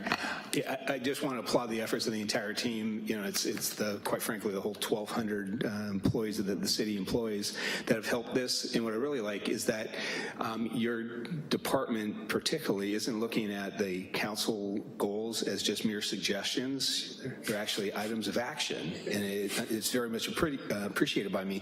And I've heard some comments in the community that we have a housing talking plan. To me, this is a housing action plan. We're actually getting things done, and this is so impressive. And one of the things that we recently did when we made some comments that go into the time capsules, and one of the things that I had some hopes, and one of my hopes was some of the decisions that we made about annexing Roseland, reuniting the square, that those Santa Rosans in 2068 said those guys got it right there. I would like to add this to the list, that this effort is that, man, back in 2018 with the struggles they had, they got it right by doing these type of things. So you're actually doing actions, not just talking about it, not finding barriers to not do something. You're figuring out things to actually do that will make a difference. So I applaud all the efforts and very much in support of this. Thank you. Councilmember Combs. Thank you again. So we've come out of the silos, and I really think that's a key in this particular proposal. Several departments had to work together to coordinate for the benefit of the whole and not sort of stay siloed. So I really want to appreciate the working together and the coordination and what may have been difficult in some departments to have this kind of plan come forward that affects so many aspects of our city. Santa Rosa is nearing 200,000 people. We are the 5th largest city in the Bay Area, the largest north of San Francisco. And when I say that, I'm finding that there are many people in Santa Rosa who don't know that yet. There's a lot of folks for whom we're the 5th largest city in the Bay Area is shocking. So we're growing up. To add to the uptrend here, we're definitely growing up. If we're going to have the things that we love about our ag county, like urban growth boundaries and green belts and an agricultural element. We can't sprawl. And the way you stop doing sprawl, stop doing 2D growth, is that you have to go to 3D growth. So we have to go up if we're going to preserve the quality of life in Santa Rosa and in Sonoma County. So I'm very excited about this, and I want to appreciate all of the staff that worked on this and that worked in a coordinated way. And I agree with Council Member Sawyer. I want one of the t-shirts. Thanks. All right, Council, we have a motion and a second. Your votes on the first resolution. That passes with 6 ayes. I move a resolution of the Council of the City of Santa Rosa approving the second amendment. Sorry, I got the wrong one here. Still those sticky notes. My apologies. Number 2 of 14.4. Resolution of the Council of the City of Santa Rosa setting forth the schedule of park fees charged pursuant to Chapter 19-70 of the Santa Rosa City Code and amending Resolution number 2018-083, establishing a residential project incentive program to increase high-density development and affordable housing downtown, and requiring that 100% of the park fee revenue be spent within the downtown station area specific plan and the general plan downtown core boundary for the creation, expansion, and/or enhancement of parks and recreation facilities, and waive further reading of the text. Second. That passes with 6 ayes. I move a resolution of the Council of the City of Santa Rosa setting forth the schedule of capital facilities fees charged pursuant to Chapter 21-04 of the Santa Rosa City Code and amending Resolution number 2018-082, establishing a residential project incentive program to increase high-density development and affordable housing downtown, and waive further reading of the text. Second.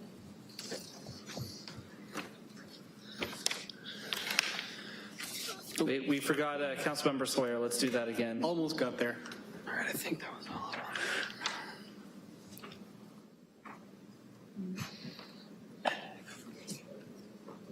Councilmember Swale. That will pass with 6 ayes as well.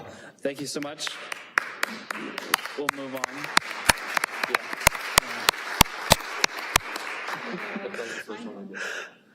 Mr. Ewan, we'll move on to item 15.1.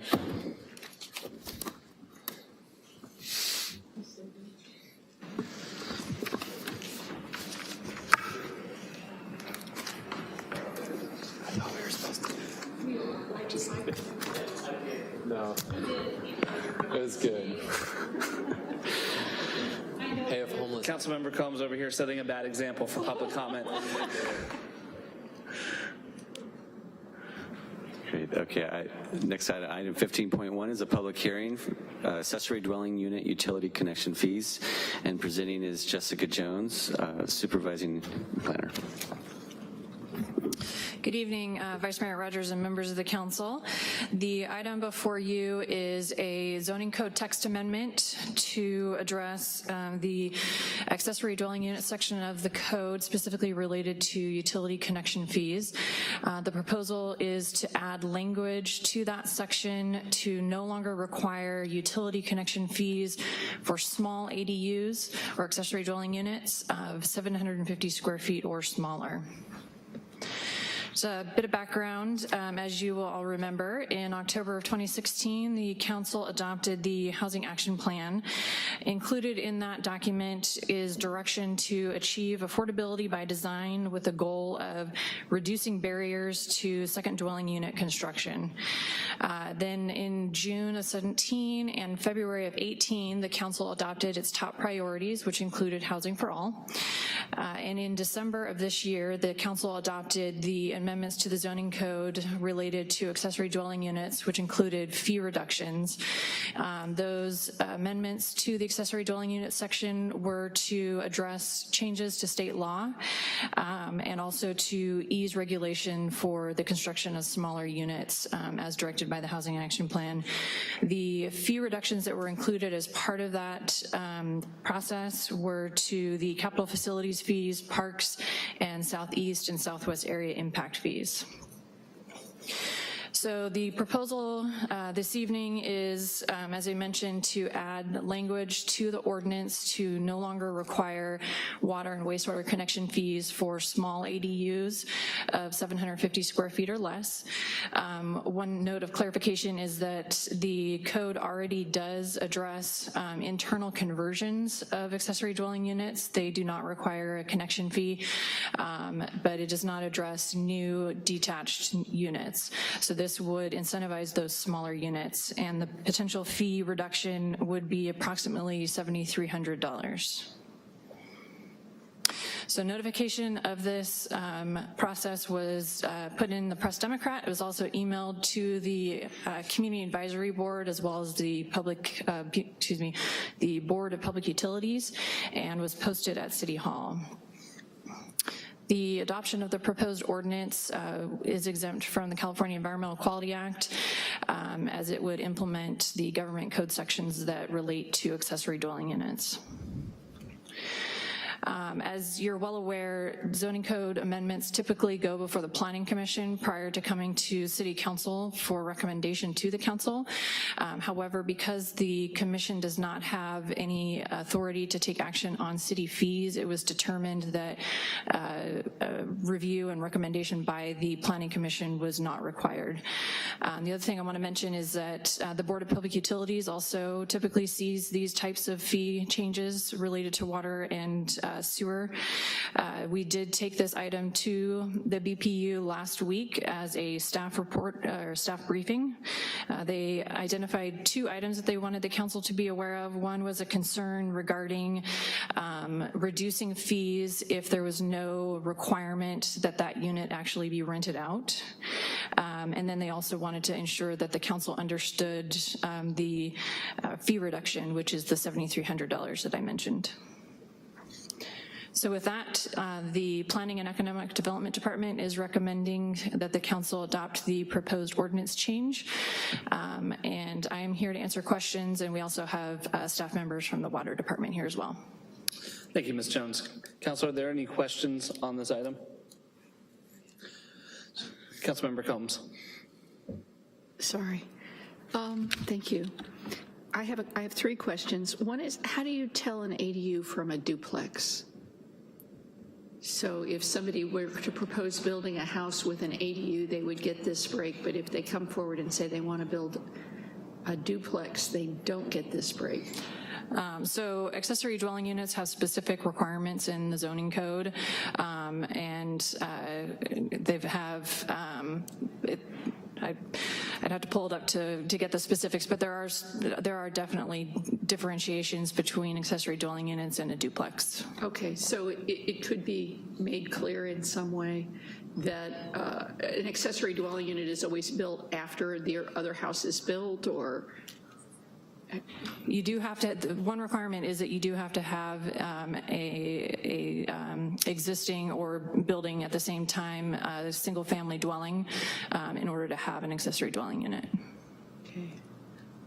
So you could build at the same time, and if you crafted your structure such that it met the requirements of an ADU, it would be considered an ADU and could be eligible for this program. So I will be interested in seeing what that does to the construction of duplexes. The other question I have, and this may be related, is why did we pick 750 square feet and not, say, 1,000?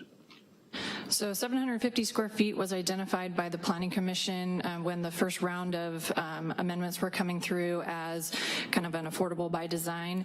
And so the fee structure that was developed for the reduction in parks and CFF fees was also based on that. So if you have a unit of 750 square feet or less, you don't pay any fees, and then the fees go up as the unit gets larger. Okay, and can you just refresh my memory on how large an ADU can be? 1,200 square feet. 1,200, okay, thank you.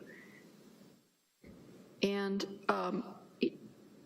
in our community, we have a lot of interest in water saving and water conservation.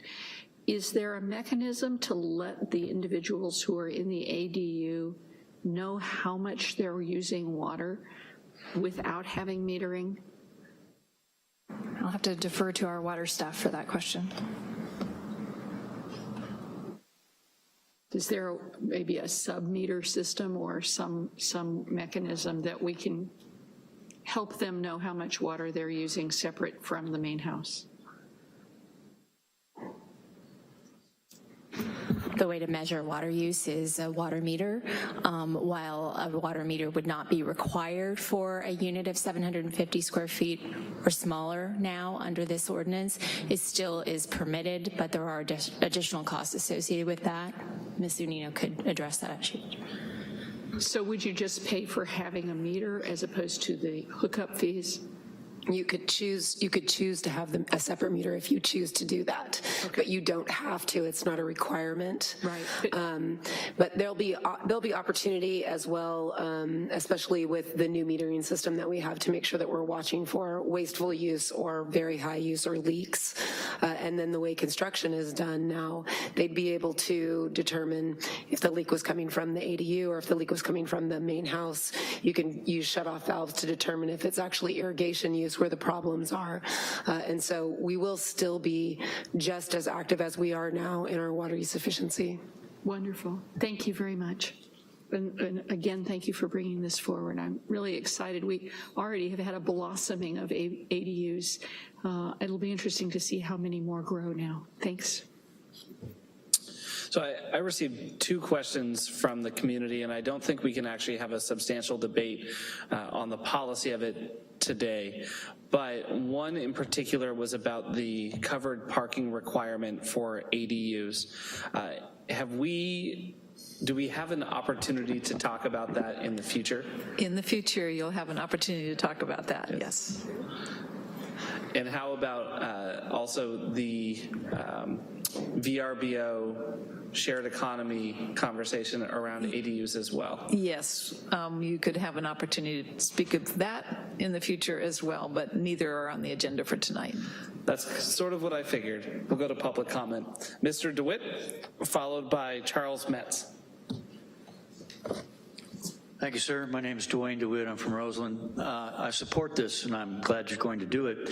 I wanted you to have a bit of a historical outlook. Many of the people in my generation grew up in homes that were 750 to 900 square feet. That's the size of a full house back in the day. So it's great to hear that those are accessory dwellings now. It's interesting that we're doing well enough that we can say, okay, we don't have to charge for those fees.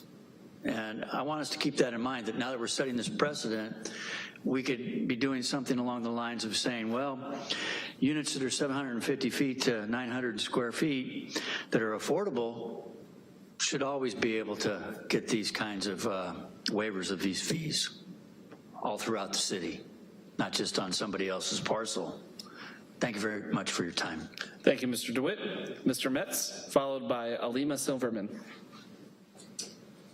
Thank you for my name is Charles Metz. I live in Santa Rosa, and thank you for the clarification that short-term rentals will not be discussed tonight, but I do want to express my approval for the deduction of accessory dwelling unit utility fees, and I believe that reducing fees will help more middle-income and lower-income families be able to afford to build an ADU or JADU on their property. I also believe that long-term use as well as short-term use of rental use of ADUs and JADUs are also important to our community as well.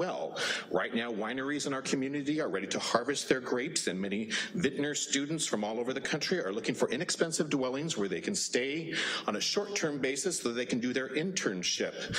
The majority of them look to sites like home sharing sites to find a guest who can house them, which is easy to book, and it also has a bathroom and a kitchen so they don't have to go out and eat every night.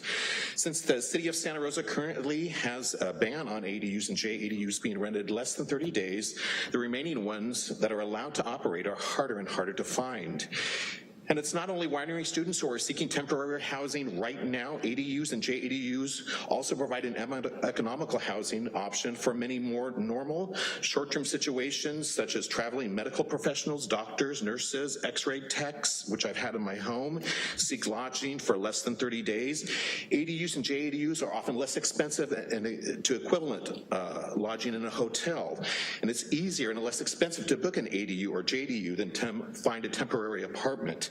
During the first fires of last year, JADUs and ADUs in Santa Rosa and Sonoma County provided immediate lodging for relief workers, firefighters, PG&E workers, insurance agents, as well as providers, people who provided immediate lodging for individuals who lost their home or sought shelter after a fire.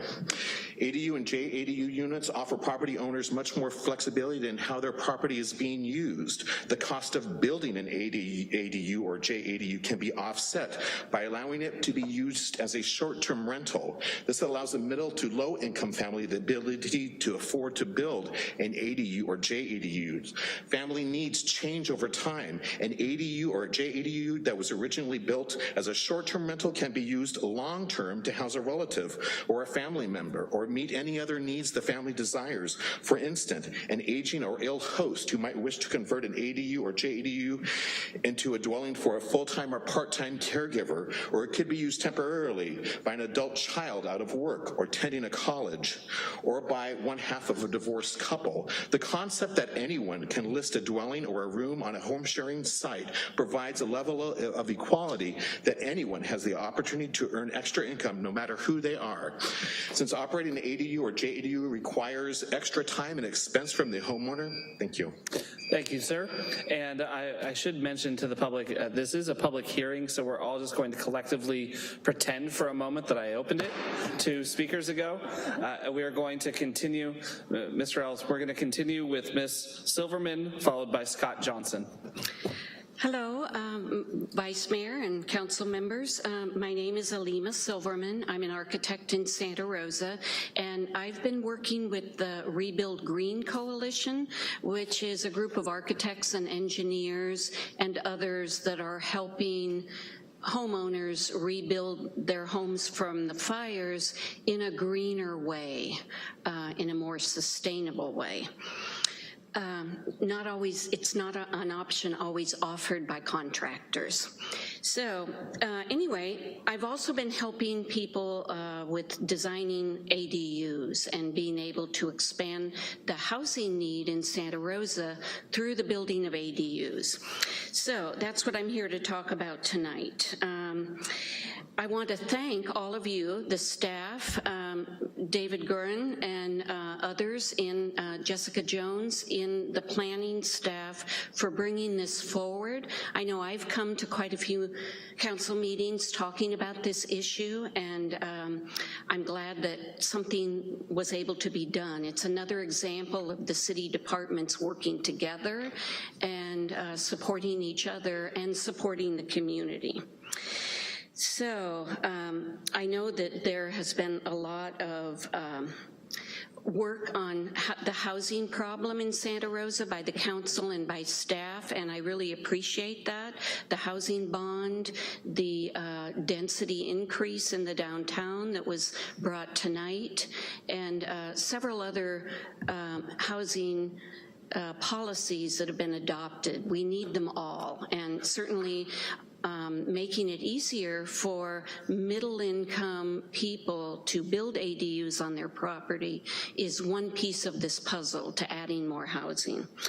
So, just for a minute to talk about the Rebuild Green Coalition is sponsoring another Rebuild Green Expo this next February, where we're going to be offering to both professionals and homeowners information on rebuilding green, healthy materials, healthy homes. All of you are welcome to attend. I know already Councilman Tibbetts has said that he would attend, but the invitation is there for everyone. We have a website, rebuildgreenexpo.com, where you can go and get information. We'd like to see as many people as possible. I also support the gentleman who spoke just before me in terms of ADUs being used for other purposes. As we go through life, we have different stages of when we have family members come and live with us, and it's great to have a place for them. Thank you. Thank you, Ms. Silverman. Mr. Johnson?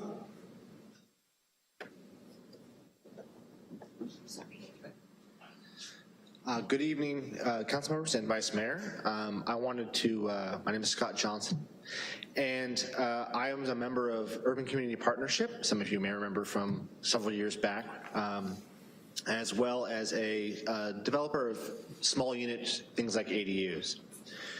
And I wanted to applaud both the council and city staff for what you guys are doing here tonight with these, sort of this trifecta of things you're trying to pass tonight. Because as you've seen historically, you know, we need a lot more housing, and we need a lot different housing than we've managed to get built in the last 15, 20 years. I think the downtown is a primary example of wanting to have 3,400 units and getting 100. ADU is another example where there have been desires for more ADUs to be built, and they just haven't gotten built.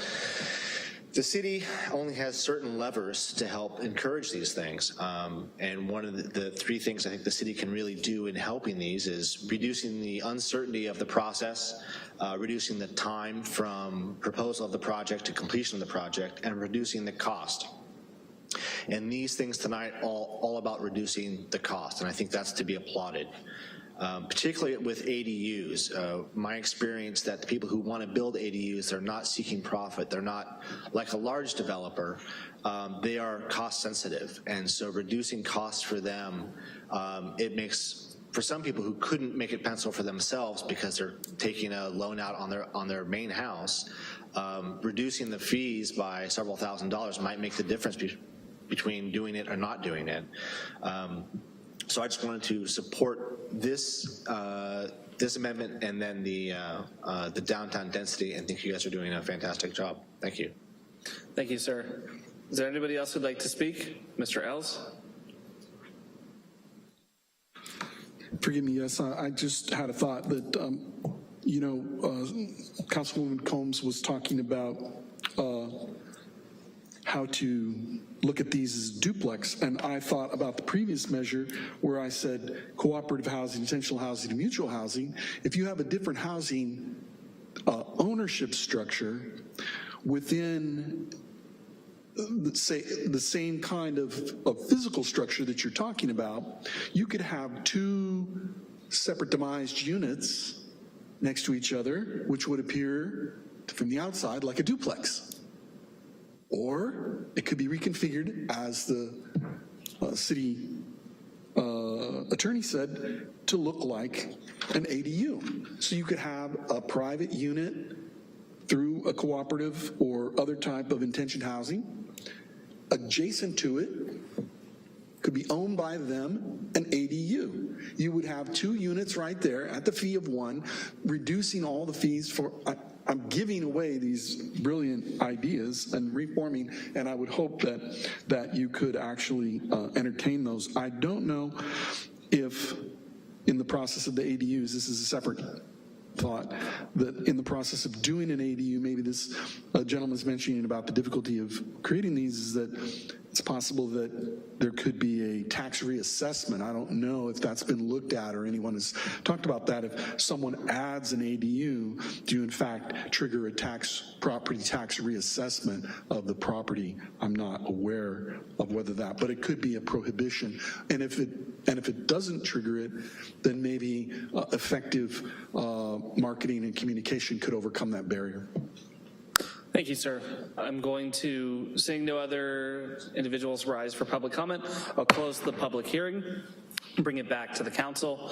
Councilmember Combs, I believe you have this item. Let's get a motion on the table. This is an ordinance of the, I move an ordinance of the Council of the City of Santa Rosa amending Title 20 of the Santa Rosa City Code, Section 20-42.130D3B, utility connection fees to no longer require new or separate utility connection or related connection fee or capacity charge for accessory dwelling units that are 750 square feet or smaller, and waive further reading. Council, are there any questions? Councilmember Sweathelm will second. Are there any questions, Councilmember? quick comment. I wanted to just thank the Water Department, particularly Director Horenstein, for his willingness to move this forward. It's something that has been discussed for a long, long time, and only until now have we been able to get it done. So particular thanks to him. Anyone else? All right, your votes, council. That will pass with 6 ayes. Item 15.2. Item 15.2 is a public hearing, temporary housing development impact fees. Jessica Jones, Supervising Planner, will present this item. As soon as I can get the slide up. While we wait, I could ask Councilmember Oliveros to make more puns about building up. Oh, okay. All right, I got it. Okay. High hopes, I know. High hopes. I'm kind of curious what your department's going to be doing now that you've done all this work and you're kind of finished now. I mean, what else are you going to do? Good job. All in one night, too. Okay. Thank you for your patience. This next item before you is another zoning code text amendment addressing fees. This one in particular is addressing impact fees in section 20-16, which is the new Resilient City Development Measures chapter that the council recently adopted. This particular text amendment would address waiving of capital facilities, housing, and parks impact fees for temporary housing. So just a quick reminder, back in April of this year, the council adopted the Resilient City Development Measures chapter, and specifically at that meeting, the council adopted sections 010 through 050, which were related to temporary housing, temporary structures, and accessory dwelling units. Following that meeting in May of this year, the council adopted the remaining sections of that chapter, which were related to reduced review authority. So the temporary housing section, as currently written, addresses a waiver of water and wastewater connection and demand fees, but does not address any of our other impact fees. So the city has recently received our first application for a multi-unit temporary housing project under this ordinance. It's a 14-unit temporary housing project. The capital facilities and parks impact fees for that project are estimated at about $162,000. Because the temporary housing is what it is, temporary housing. It is intended to be there for a temporary period, up to 5 years per our current code, but it is required to be removed after that time. It was determined that omitting a waiver of these fees was an oversight and should be included, similar to the waiver of the wastewater and water fees. So the proposal that's before you, again, is to waive those impact fees that I mentioned for temporary housing. And we would also ask that language be included that requires an agreement from the property owner to assure termination of the use at the expiration of the temporary use permit. And that is similar to the language that is also in the code for the water and wastewater fees. So as far as notification is concerned, again, we noticed the meeting in the Press Democrat. We sent an email to the Community Advisory Board to notify them of the change. The notice was posted at City Hall, and then we also placed the notice on the Resilient City Development Measures website. So this ordinance proposal is also exempt from the California Environmental Quality Act. This one is exempt pursuant to the common sense exemption in CEQA, as well as an exemption related to the establishment of rates, tolls, fares, and other types of fees charged by public agencies. So similar to the last item, this item typically would go before the Planning Commission for recommendation to the council, but again, because it is related to fees only, it was determined that it would not need review by the Planning Commission. So with that, the Planning and Economic Development Department is recommending that the council introduce the ordinance, adding the language identified, and I'd be happy to answer any questions that you may have. Thank you, Ms. Jones. Are there any questions? Councilmember Combs. Thank you for bringing this forward. I hear that this is temporary, that temporary is 5 years. What are the provisions for an extension of temporary? There are no provisions for an extension. And if residents or an occupation, if it stays there longer than 5 years, what happens? So again, similar to the way that the language is set for the water and wastewater fees, there's a requirement that they sign an agreement with the city, and so we're working with the city attorney's office to develop that agreement. And so I don't, maybe the city attorney could expand on what the consequences are to failing to do so, but they would have that agreement in place. Sometimes temporary becomes more permanent than we would like. Yes, what is contemplated is that the structures would have to be removed from the property, from the site after 5 years. If those structures could be made legal, permanent structures, there'll be a path for folks to do that. Okay. But if it's inconsistent with the zoning as a permanent structure, then those structures would have to be removed. If there is a legal path toward permanence, would these fees come into effect at that Yes. time? Yes, they would. Thank you. I will open the public hearing. We have Mr. DeWitt, followed by Mr. Johnson. Hello, my name is Dwayne DeWitt. I'm from Roseland. I wanted to ask you folks to look into something that's probably been overlooked at this point. Back in 2005, the state issued the Future of Infill Housing in California, and they have a website that is a infill parcel locator anywhere in the state of California. It basically identifies sites, both vacant and economically underutilized sites, based on analysis of county assessors' parcel data. And I think we should be looking at where you could put temporary housing as soon as possible. And it should be something that is a part of the job description right now in the city under this whole resiliency situation. It's like great to wait for a developer to come forward and say, hey, I got this idea. But we could be having our staff looking at the available vacant lots and parcels within not just the downtown, but within a half-mile to a mile radius of the Railroad Square train station and the Transit Mall. We could be taking care of things in a more expeditious manner just by utilizing something that already exists, was put together by the University of California for the state of California's Business, Transportation, and Housing Agency. It's existed, good things are out there, we just need to begin to put them to use. I support this, I'm glad you're doing it, and let's make housing happen everywhere. And once again, keep in mind, we could utilize those residences that already exist, already are zoned, already ready, and say, hey, they don't have to be a business. Let's get people living in there. Thank you very much for your time. Thank you, sir. Mr. Johnson.